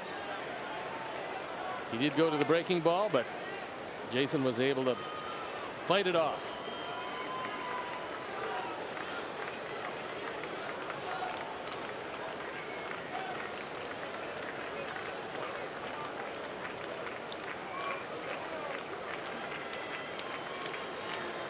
Three balls, 2 strikes. Fry to Kipnis. Lindor next. You'd love to have him lead off the 8th. That is ball 4. Really nice pitch, and he did not get strike 3. That's as good of a pitch as you can make on 3-2. Could have gone either way. It went Kipnis's way, and you can see that Kevin moved it over just a bit to his right, and I think that maybe did the trick and bought the walk in this case.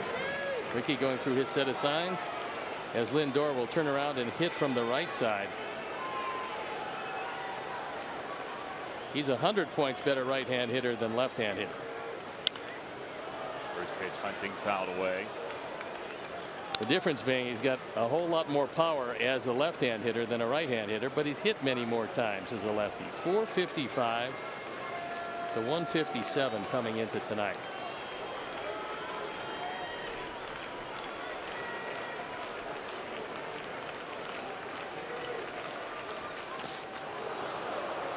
Lindor has just not seen the ball well at all tonight. And that's from either side of the plate. He had some unusual swings from the left side. This was a most unusual swing from the right side. First of all, it's not close to the plate. Second of all, it seems like in mid swing he decided that that one was not a pitch to swing at, but he had committed already.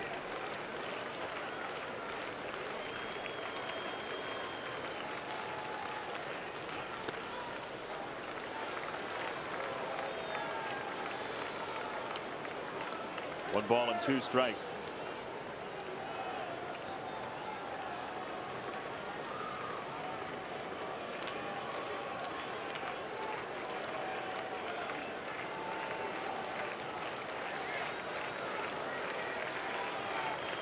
Lindor, one of the great young players in the game. Fry trying to torpedo him here and a throw to first. Kipnis is not much of a flight risk. He used to be. There was a time in his career when he stole a lot of bags, but not so these days.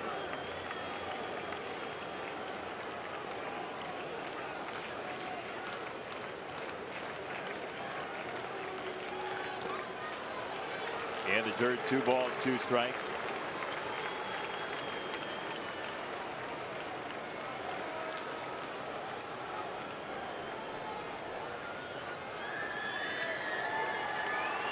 Pen up and going. It is Juan Minaya.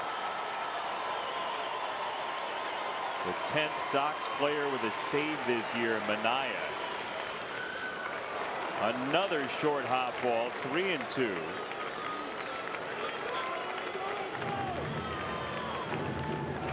Got to be a fastball here, right? He's got enough confidence in his curveball where if he wants to throw it, he feels comfortable doing that. But can he find it right now? Yeah, that's a problem. The last one was real bad.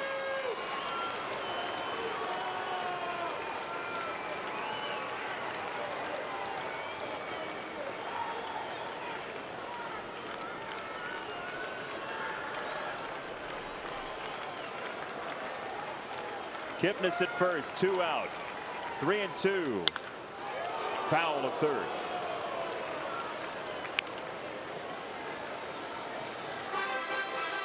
Boy, Kipnis got a very late jump. He hasn't seen the best move with Jace Fry yet, and he wants to make sure on a 3-2, which is essentially a hit and run, he's not going to risk getting picked off. James Shields to start tomorrow. Another ground ball foul. And there was the 3-2 hook. Lindor able to spoil it.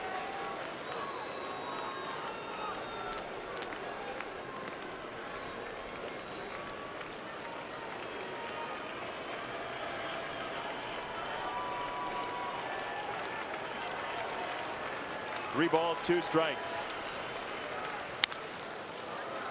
Just foul of third.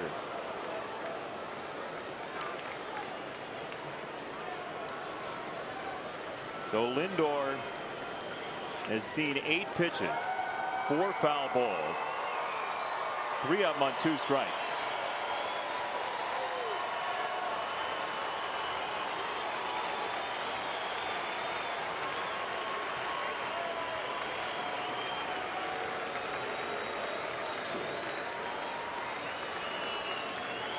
Fry the payoff.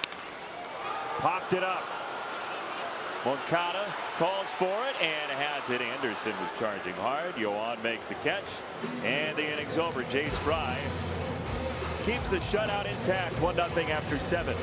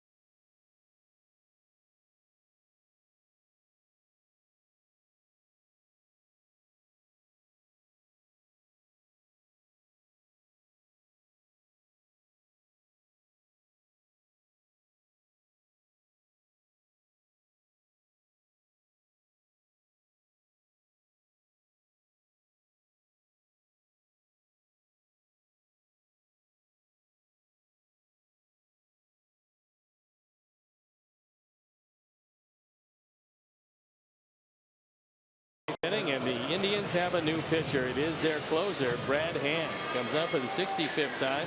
His ERA at 2.79. He's got a great curveball. Fastball in the mid-90s to go with it. His record at 2-5. Save opportunities 32 for 36. But opponent's batting average at 198, which is really good. Brad Hand against Daniel Palka first. Trying to neutralize the left-hander. Palka, who homered last time up for the only run tonight. Time for StatCast AI, powered by AWS. 105.3 exit velocity. A line drive at just a 22-degree launch angle. And that one well over 400 feet. Big rip and a fastball 92, 1-1 to Palka.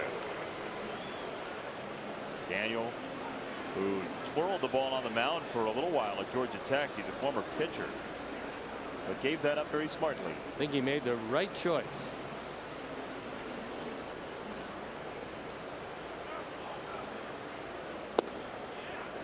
And drops in a strike, 1-2.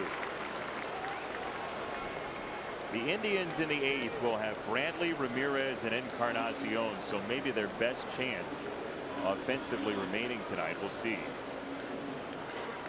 You'd imagine Jace Fry would stay in for Brantley.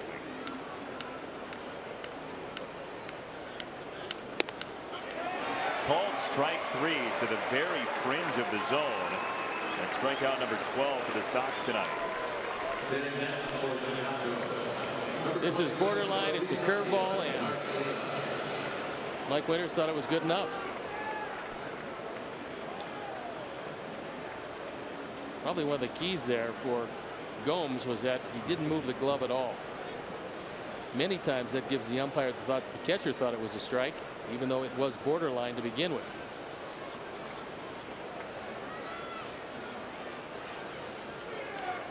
Avi swings through 94. Again, the Sox haven't won in this ballpark this year. Cleveland leads the season series 11-3. 7-0 on this turf.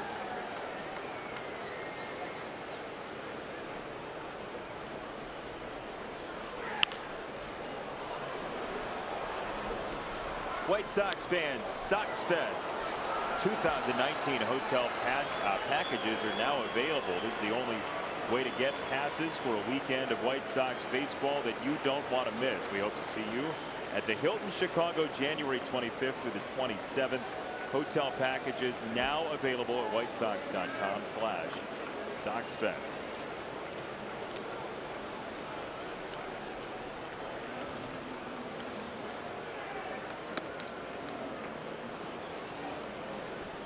Looks like hand disguises the breaking ball pretty well.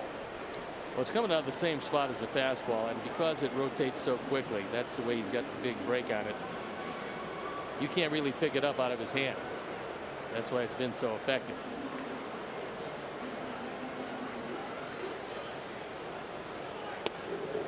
Boy, he twirls that ball in his hand for so long. I was going to say, I noticed that it was almost right up until he was ready to throw it, which is kind of unusual, but he seems to make it work. It almost looked like he was still twirling it as he reached back. Watch that hand.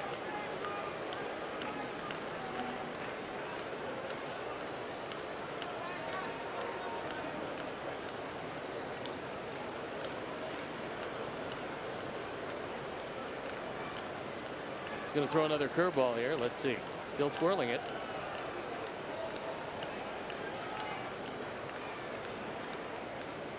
He finally locks in as he's reaching back. I know it's somewhat surprising, but he finds it effective.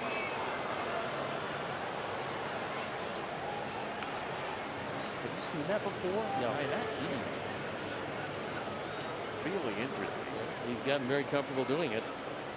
Quite obviously one of the better closers around.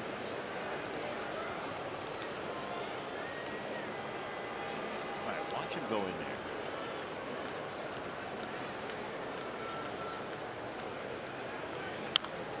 There was one last move. Yeah, what he does is he goes in, he twirls it, and then sets it. Depending on what pitch is being called, he sets it just before he's ready to throw it. So, you know, depending on the grip, it's either going to be that two-seamer or the curveball. It's very close to one another on the baseball, so he feels pretty comfortable doing it.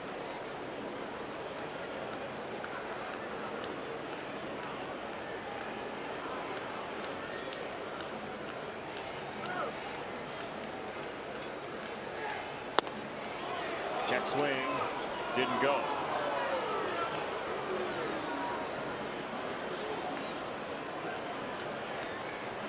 He almost locks up his hand right at the last second.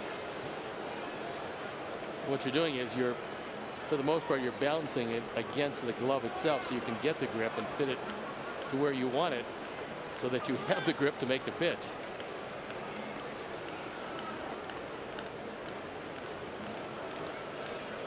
3 balls, 2 strikes. And he struck him out. Breaking ball inside.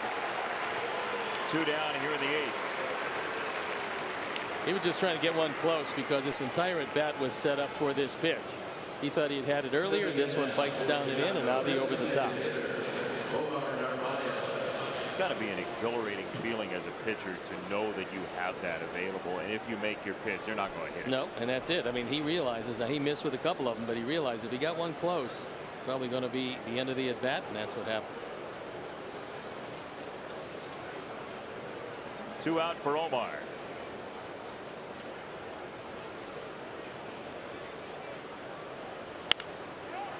Popped it up.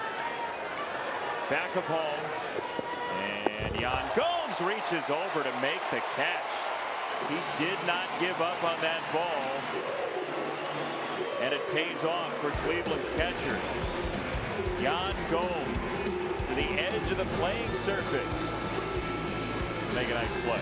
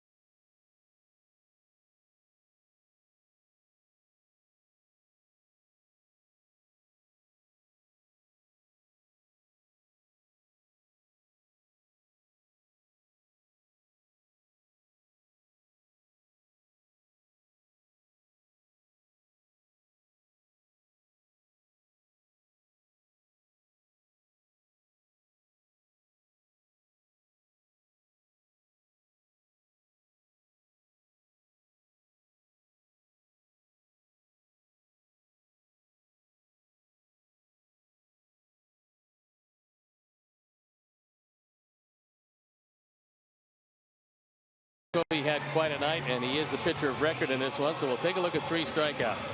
There's one. There's the promised 2 to Alonso, and there's Ramirez on a high pitch call.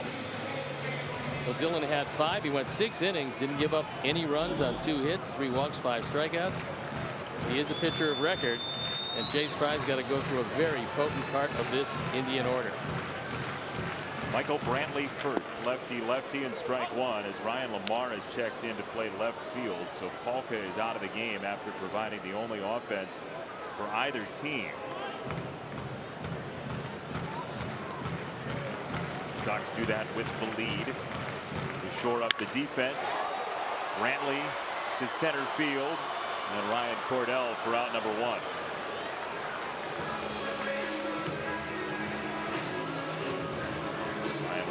Checking in after getting a hit against Corey Kluber last night.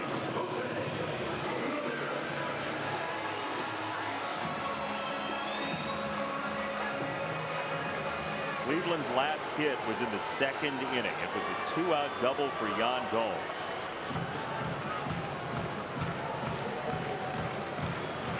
One out. Ramirez takes a hook for a strike. Grab some dessert. Oh my gosh. When you're married, it's different. A number of people have said that. They're right. When you're married, it's different. So now you're setting up a different set of rules. Yeah, I am. Okay, just want to know. It's in sickness and in health. That's it. Yeah. 1-1.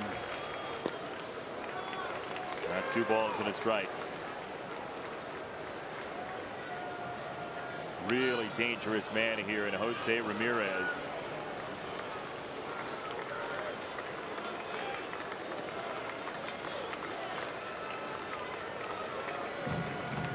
Only 2 players in baseball have more home runs than Ramirez. 2-2. That was a roller. Unfortunately, he fouled it back. That one is usually just pounded to right center field. This Cleveland offense has been off balance all night long.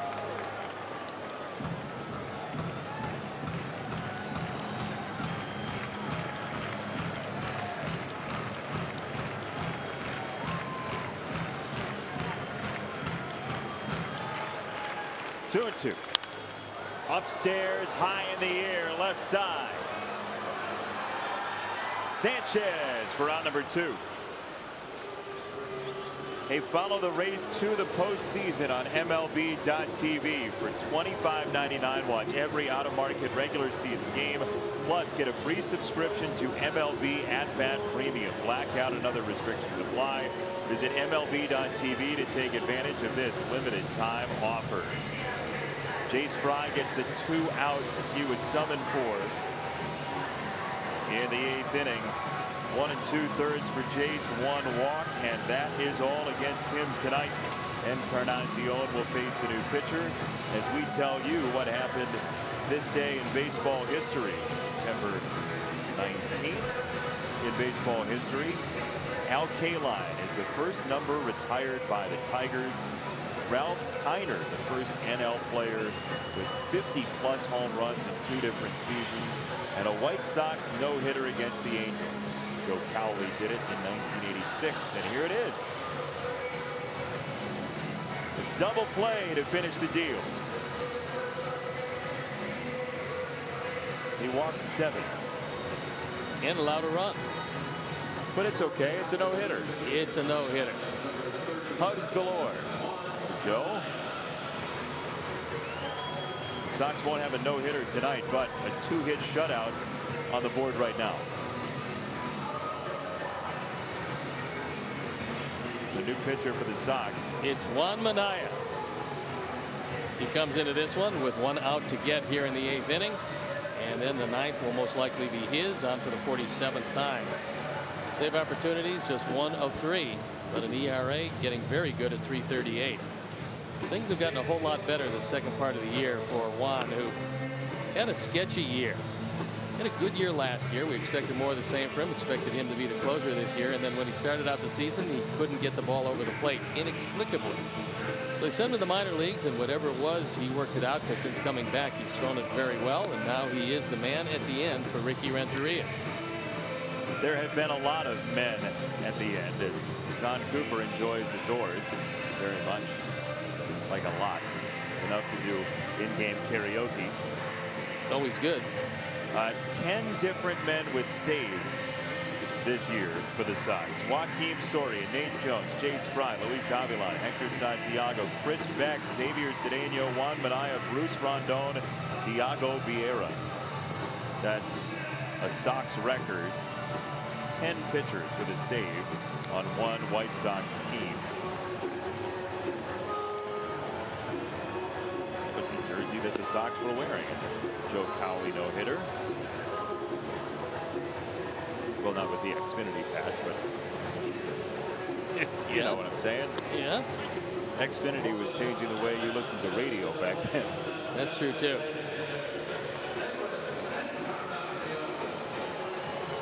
Getting a close-up view of that other gentleman's ice cream. We're looking for runs anywhere, high and low. Encarnacion 1 for 3. He'll face Minaya.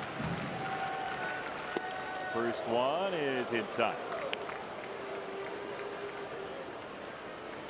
So Dylan Covey 6 shutout innings. Jace Fry 1 2/3. Only 1 base runner.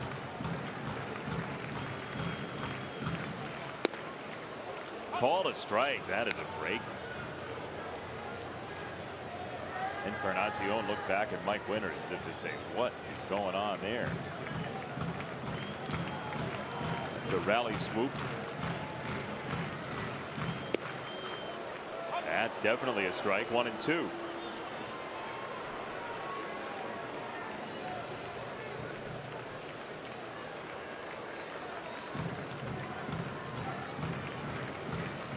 Silent offense tonight for Cleveland, which is really a rarity for them. This is a good offense, and it's a very versatile, very many faceted offense.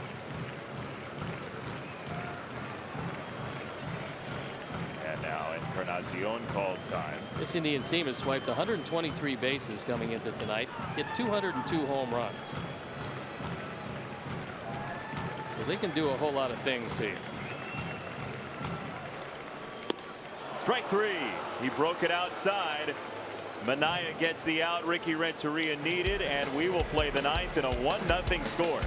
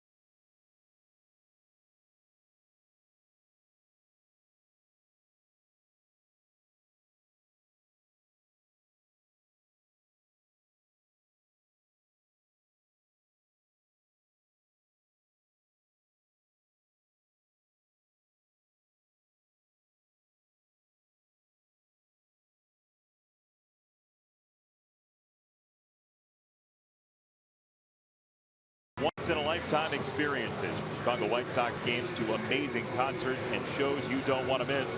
StubHub, your ticket out. StubHub, the official fan-to-fan ticket marketplace of the Chicago White Sox. Couldn't be any more different for the hitters. You're facing a left-hander with a great curveball, and then you're facing Adam Cimber, who comes on and throws from the side. 66 games, 3-7. He's still a very young pitcher. ERA a little above 3.5. When he keeps the ball down, he throws lots of ground balls. When he gets it up, because of that delivery, it flattens out and they hit it hard. Let's see the Cimber that we see tonight, as the Sox look for at least one insurance run. It's mostly fastball. Like 75% of the time you're going to see a fastball, 25% slider. And sometimes you get yourself a sinker that hangs around for a strike. 0-1 to Davidson, who's playing facial hair roulette the last 2 days. There's the slider. 1-1. Cimber was a member of that trade along with Hand. They came over together from San Diego for a fine young hitting prospect, Francisco Mejia.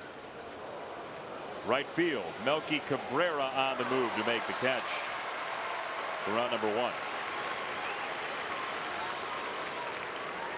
It's a nice play by Melky. As that ball slicing away from him, he went back almost to the track before he was able to put it away. So the ball was hit hard, but Melky was there.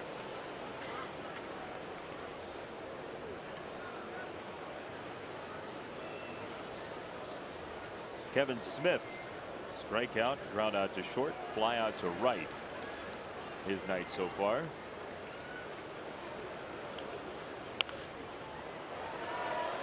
He launches strike one, foul. Tomorrow's game will be over on NBC Sports Chicago. James Shields and Josh Tomlin, your pitching matchup. James won't have a hoodie on tomorrow, I wouldn't imagine. And then pitching matchups for the Cubs series. Friday, Jose Quintana against Reynaldo Lopez. Kept happening. We'd miss Quintana, but he'll pitch at Guaranteed Rate Field Friday at 3:10 against Reynaldo Lopez.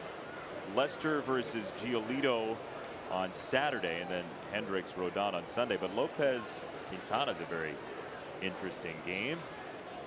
I think they're all going to be interesting as the Cubs are trying to nail it down, and the Sox can give them a whole lot of difficulty in a short series. That lead at 3.5 starting play today. Milwaukee's up big on Cincinnati. Cubs are just underway in Arizona in the top of the first.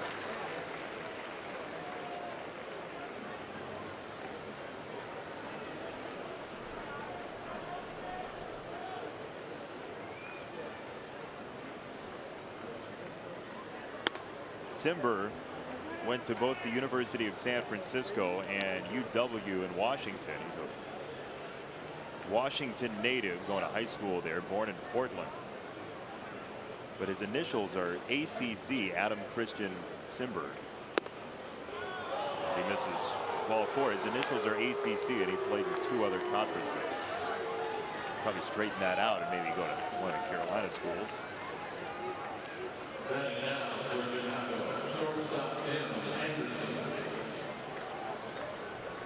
One on, one out for Tim, who's grounded out, flied out, and struck out.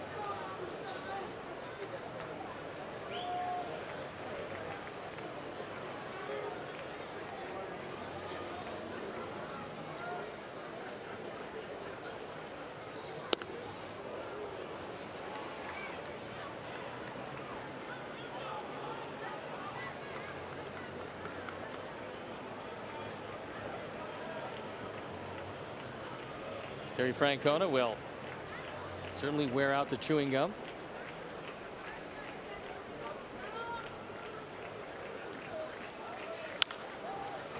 He may set a world record for pieces of gum in one mouth before his career's over. Could very well be that. Brad Mills, his right-hand man, is on the left-hand side right now, going through his set of signs. These guys were together for a long time, all the way back to Boston. Second base, Ramirez boots it into short right field. Smith to second base. 2 on, 1 out for the Sox. Kevin had no idea that that ball was being kicked around, as Ramirez having a tough time at second base. Normally he makes this play. He's setting up to get it to second base, knowing that a catcher's running, and as it turns out, he not only misses it, then kicks it into right field. Pop flattened out on him just a little bit off the front lip. That's an error against Ramirez. So each middle infielder tonight for Cleveland has an error. And Cordell nearly gets shocked by the first pitch.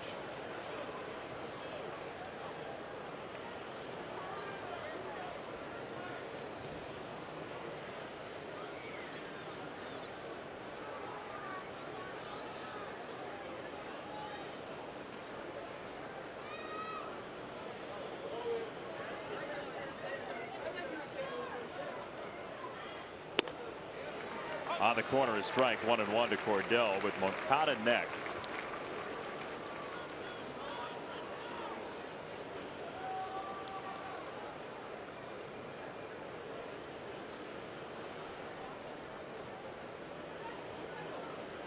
A Daniel Palka home run, the only scoring in this game.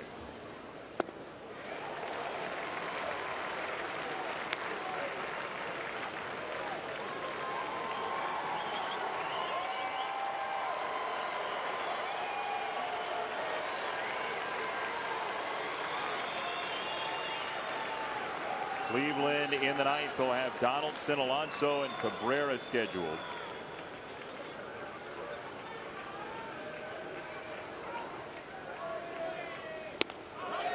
Called strike 3.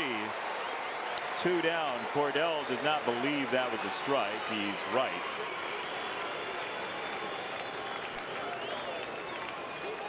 Cordell looks at one. It is outside. Gomes brought it back over the outside corner, got the call from Mike Winters, and that brings Terry Francona to the hill. He's going to ask Simber for the baseball, and as he gets it, we'll step out. Be back after these messages.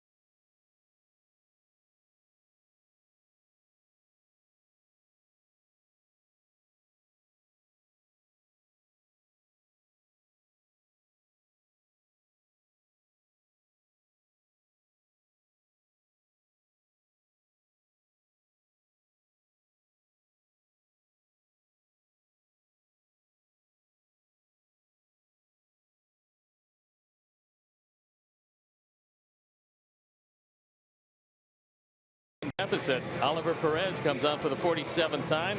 ERA spectacular, .92.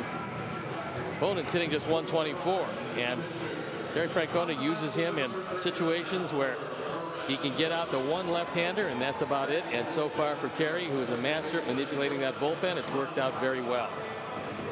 Oliver Perez made his major league debut June 16th, 16 years ago. The first 3 batters he faced, he had a 1-2-3 first inning. Ichiro, Jeff Cirillo, the former third baseman, and Brett Boone the day he made his debut. Okada 1 for 4. That's the closest we've seen Oliver Perez come to throwing the ball over the top in quite some time, because when he went from a starter where he was for quite some time to a man who worked exclusively out of the bullpen, he started to drop that arm angle and became much more effective, especially to the left-hand hitters. There he dropped down. There's an example of what the ball will do when he comes that low 3/4. Not quite sidearm, but pretty close to it.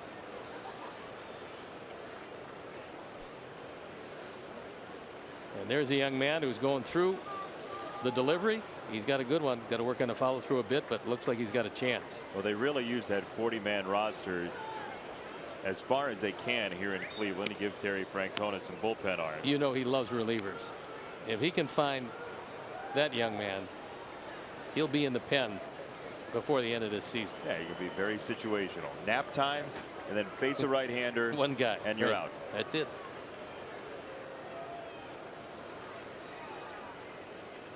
Two 1. Stuffed over the inside corner. 2-2.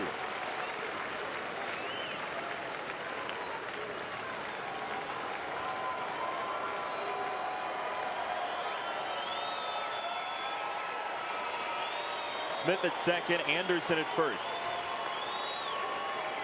1-0 on a Polka home run.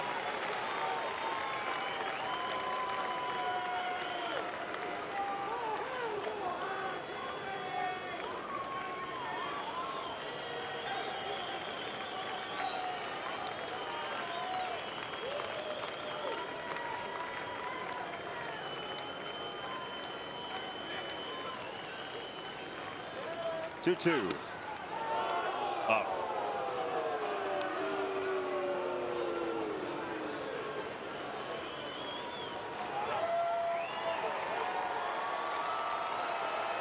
Yolmer next.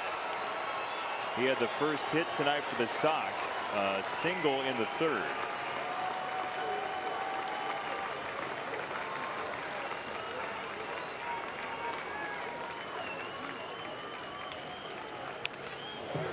Quickly that time. 3-2 it remains. Tried a quick pitch in with a high fastball. Yuan was able to foul it back and keep the alive at bat. Or at bat alive. One or the other. And that young man is still working on the delivery. Realize if you drop the elbow, you got a problem. It's actually pretty good motion, and he's working quickly, which is the way you want your relievers to work. He's going to have a $150 game in his future. And they're going to love him here. 3-2. Locked him up. Strike 3 up in the zone. 15 strikeouts for Cleveland pitchers.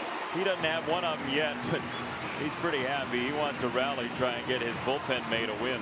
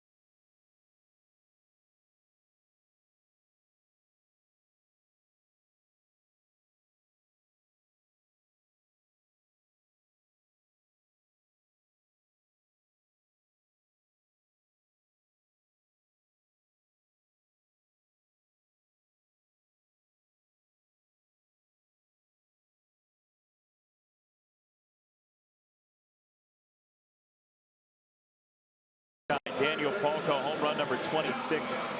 He's given the Sox the lead on a 6th inning long ball, and it's up to Juan Minaya to seal the deal. And he starts it off with a very new addition to this ball club, Josh Donaldson. Then Alonso and Melky Cabrera scheduled.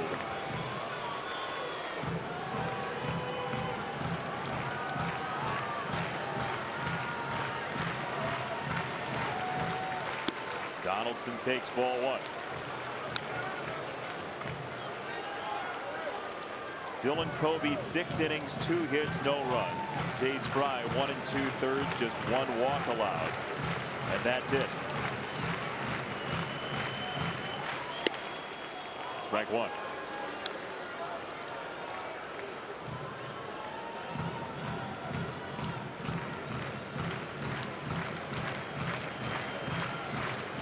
This would be the Sox' second shutout of the road trip. Yeah, that was a strike, and he didn't get it because of the reach. 2-1.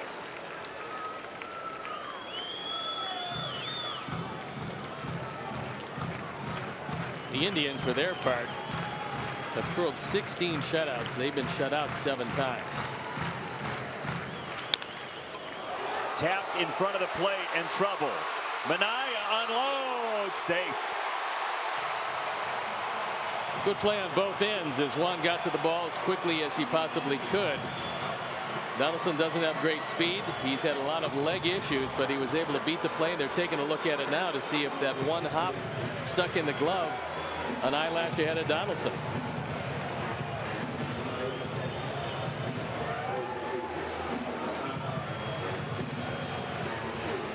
It's close.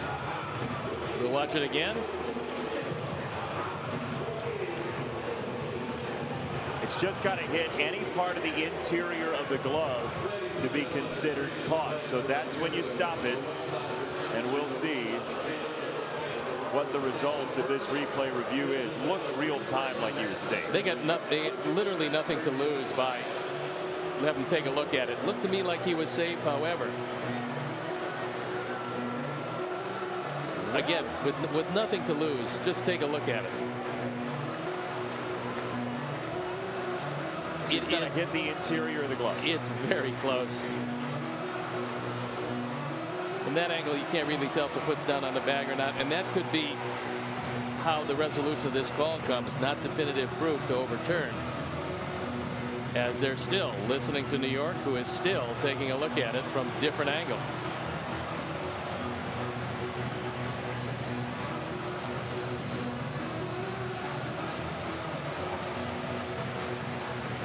Over at Chelsea Market, they decide a couple of states away the fate of Donaldson and Minaya to begin the 9th. Safe.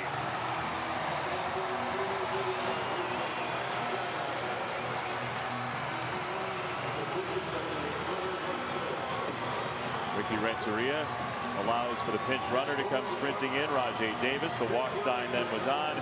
Ricky will go on to the mound, and the Sox are going to try and mix and match here with the left-hander Yonder Alonso coming. Caleb Frere is ready.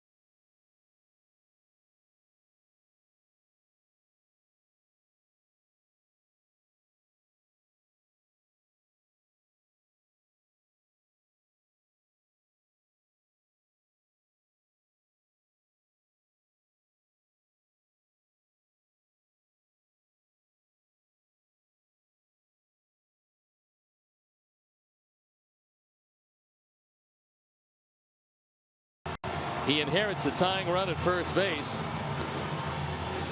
Rajai Davis, the pinch runner at first for Donaldson. Frere on for the 7th time. His ERA up over 7.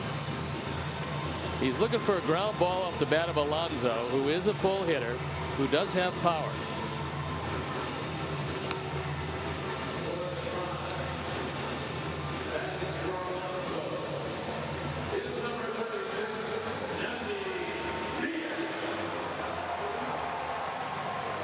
Oh, Yandy Diaz coming on the pinch hit.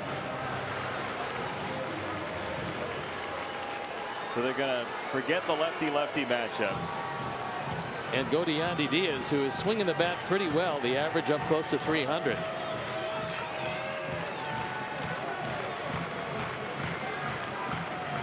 Only 1 for 5 as a pinch hitter, but that yielded a couple of runs driven in this year.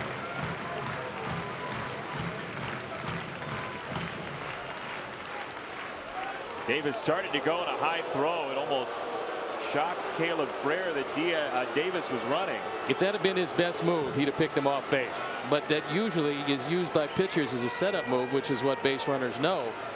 Because he hung him out to dry. He was leaning towards second, but the throw didn't get there, and when it did, it was high. The Montana native Caleb Frere against Yandy Diaz. Time call.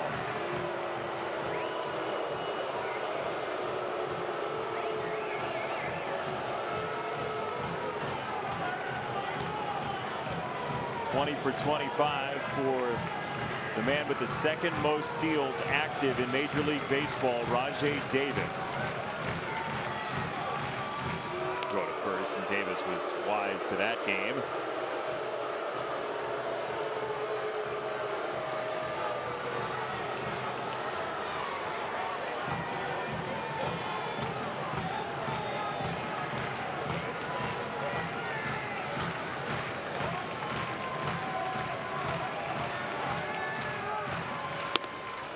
Up high, ball 1. One thing you've got to be very careful of. Yes, you have one of the most prolific base stealers at first, but if he divides and gets most of your attention, you're going to have a hard time throwing strikes. And that becomes a major issue. 2-0.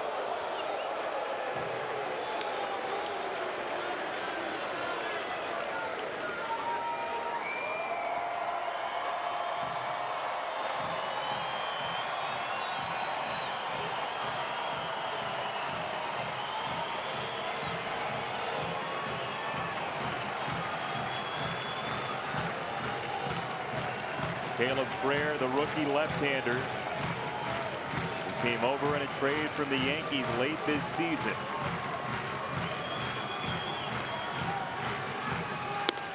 Two and one.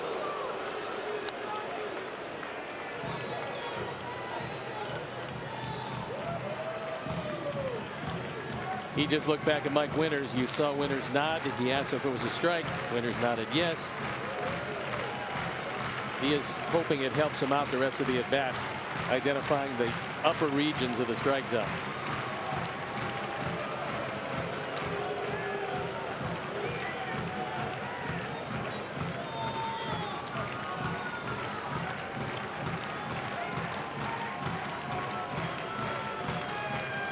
Two and one.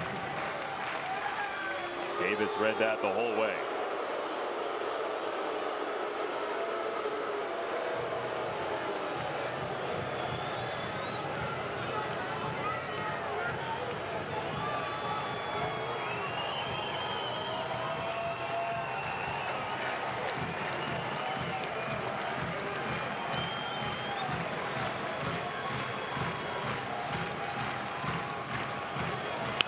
Davis started to go. Anderson covered the bag, and it's a base hit. Well, unfortunately, Tim couldn't get back. When he saw Rajai Davis stop, you got to go back to your original position. This is hit right at Tim. Might not have had a chance for the double play. Certainly would have cut down the lead runner. But watch Tim as he goes to the bag. Davis starts to go and then stops. Start, stop. And Tim lost his balance, didn't have a chance to get back, but it puts runners at first and second, nobody out. And Melky Cabrera, the batter. Don Cooper out of the dugout. Only run across thanks to Daniel Palka's home run.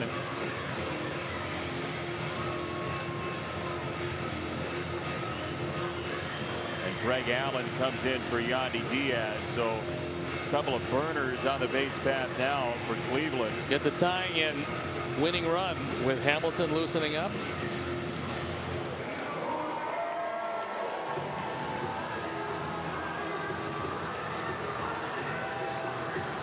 Melky Cabrera with 5 sacrifice flies and no sacrifice bunts.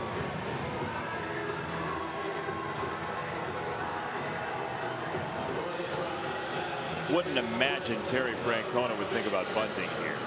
He might think about it with someone else, and the reason being that you only need 1 run. So, well, 2 to win. Yeah, but I'm saying you need 1 run to keep the game alive. So if you do bunt him across, let's say the bunt's successful, then you force the infield to come in. That's a tremendous advantage for Gomes, who's coming up next, if in fact it would work out the way you planned it. But with Melky up with no bunts so far, I mean, Terry occasionally does something unpredictable. This would fall into that category. There it is. He pops it up. Back to Frere, who puts it on the ground, and they're going to call the infield fly here for the out. So no double play unless they say he had it long enough. No, I think that's what he's saying. Ricky is saying there's no protection on the bunt.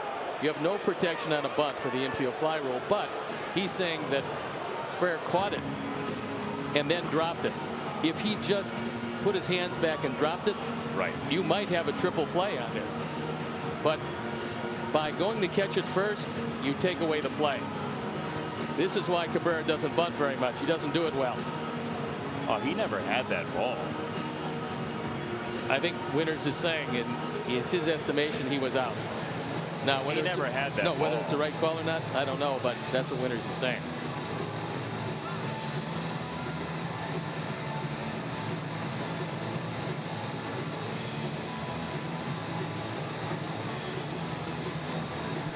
Well, that part of it almost was thrown away. So in any event, there is an out. Runners stay at first and second. And Ricky making a call to Ian Hamilton as he comes on to try to nail it down. And as he trots in, we'll step out. Be back after these messages.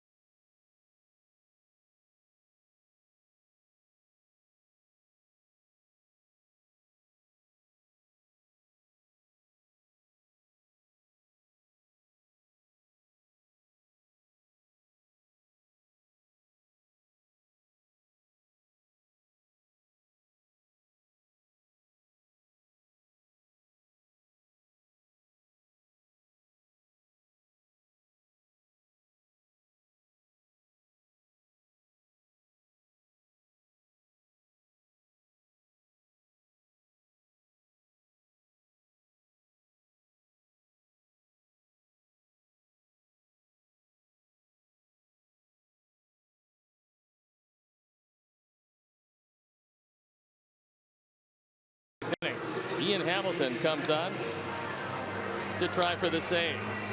ERA at 159. He's on for the 7th time. There you look at the rest of the numbers. They've been pretty impressive. But this by far the highest leverage situation that he's been in. And a chance to show your bosses a little something about what you have. He was able to close in the minor leagues, and He's going to try to do it here.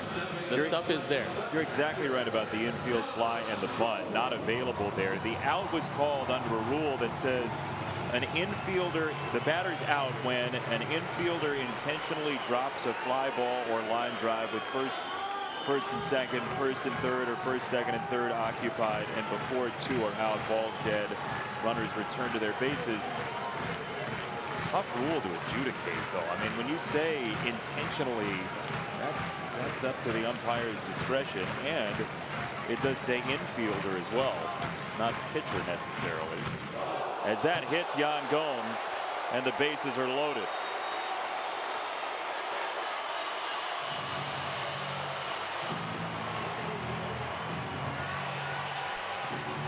Last thing you want is put yourself in a sacrifice fly situation as Gomes takes this one off the tricep, and he'll wind up, for the moment, a meaningless runner at first base.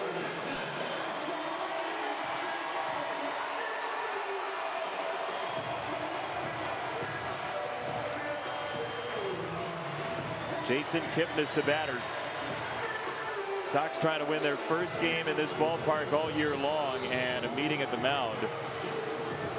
Well, it can happen. It doesn't happen often. Kipnis has only grounded into 5 double plays this year in just under 500 at bats.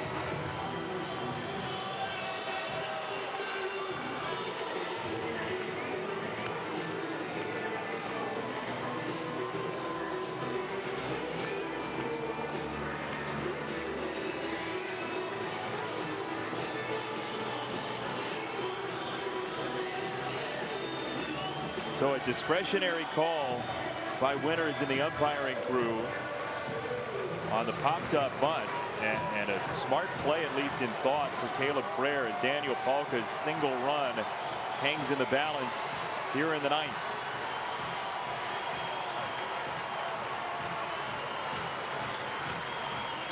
Ball 1.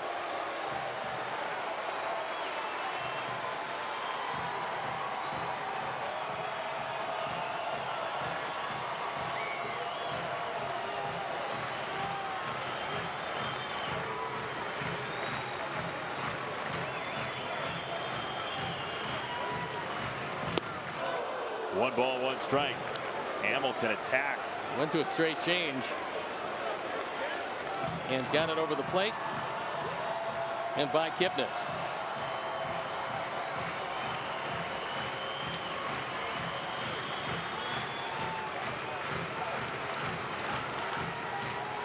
How about a ground ball?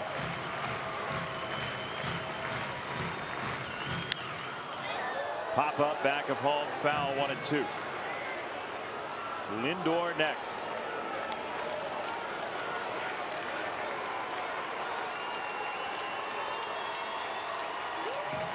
Cleveland already crowned the champions of the AL Central for the 3rd straight year.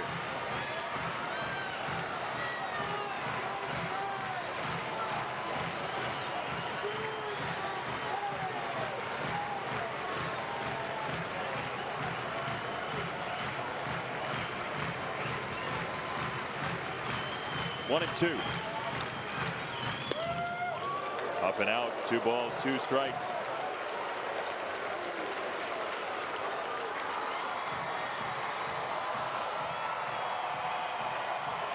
You total up the service time in the majors for all the pitchers for the White Sox tonight, and they may not equal that of Jason Kipnis, who's up with the bases loaded and 1 out in the 9th.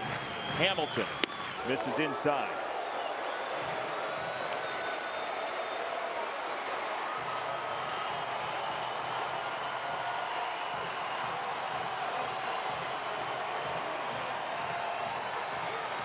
Lindor has not viewed the ball very well tonight.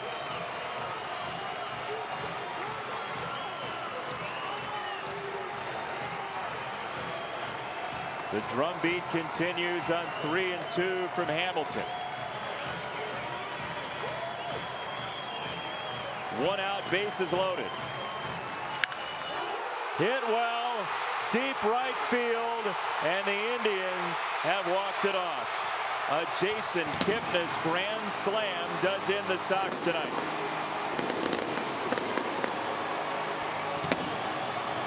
17th home run. He's driven in 72. And given Jason Kipnis that shot at center field leads to this.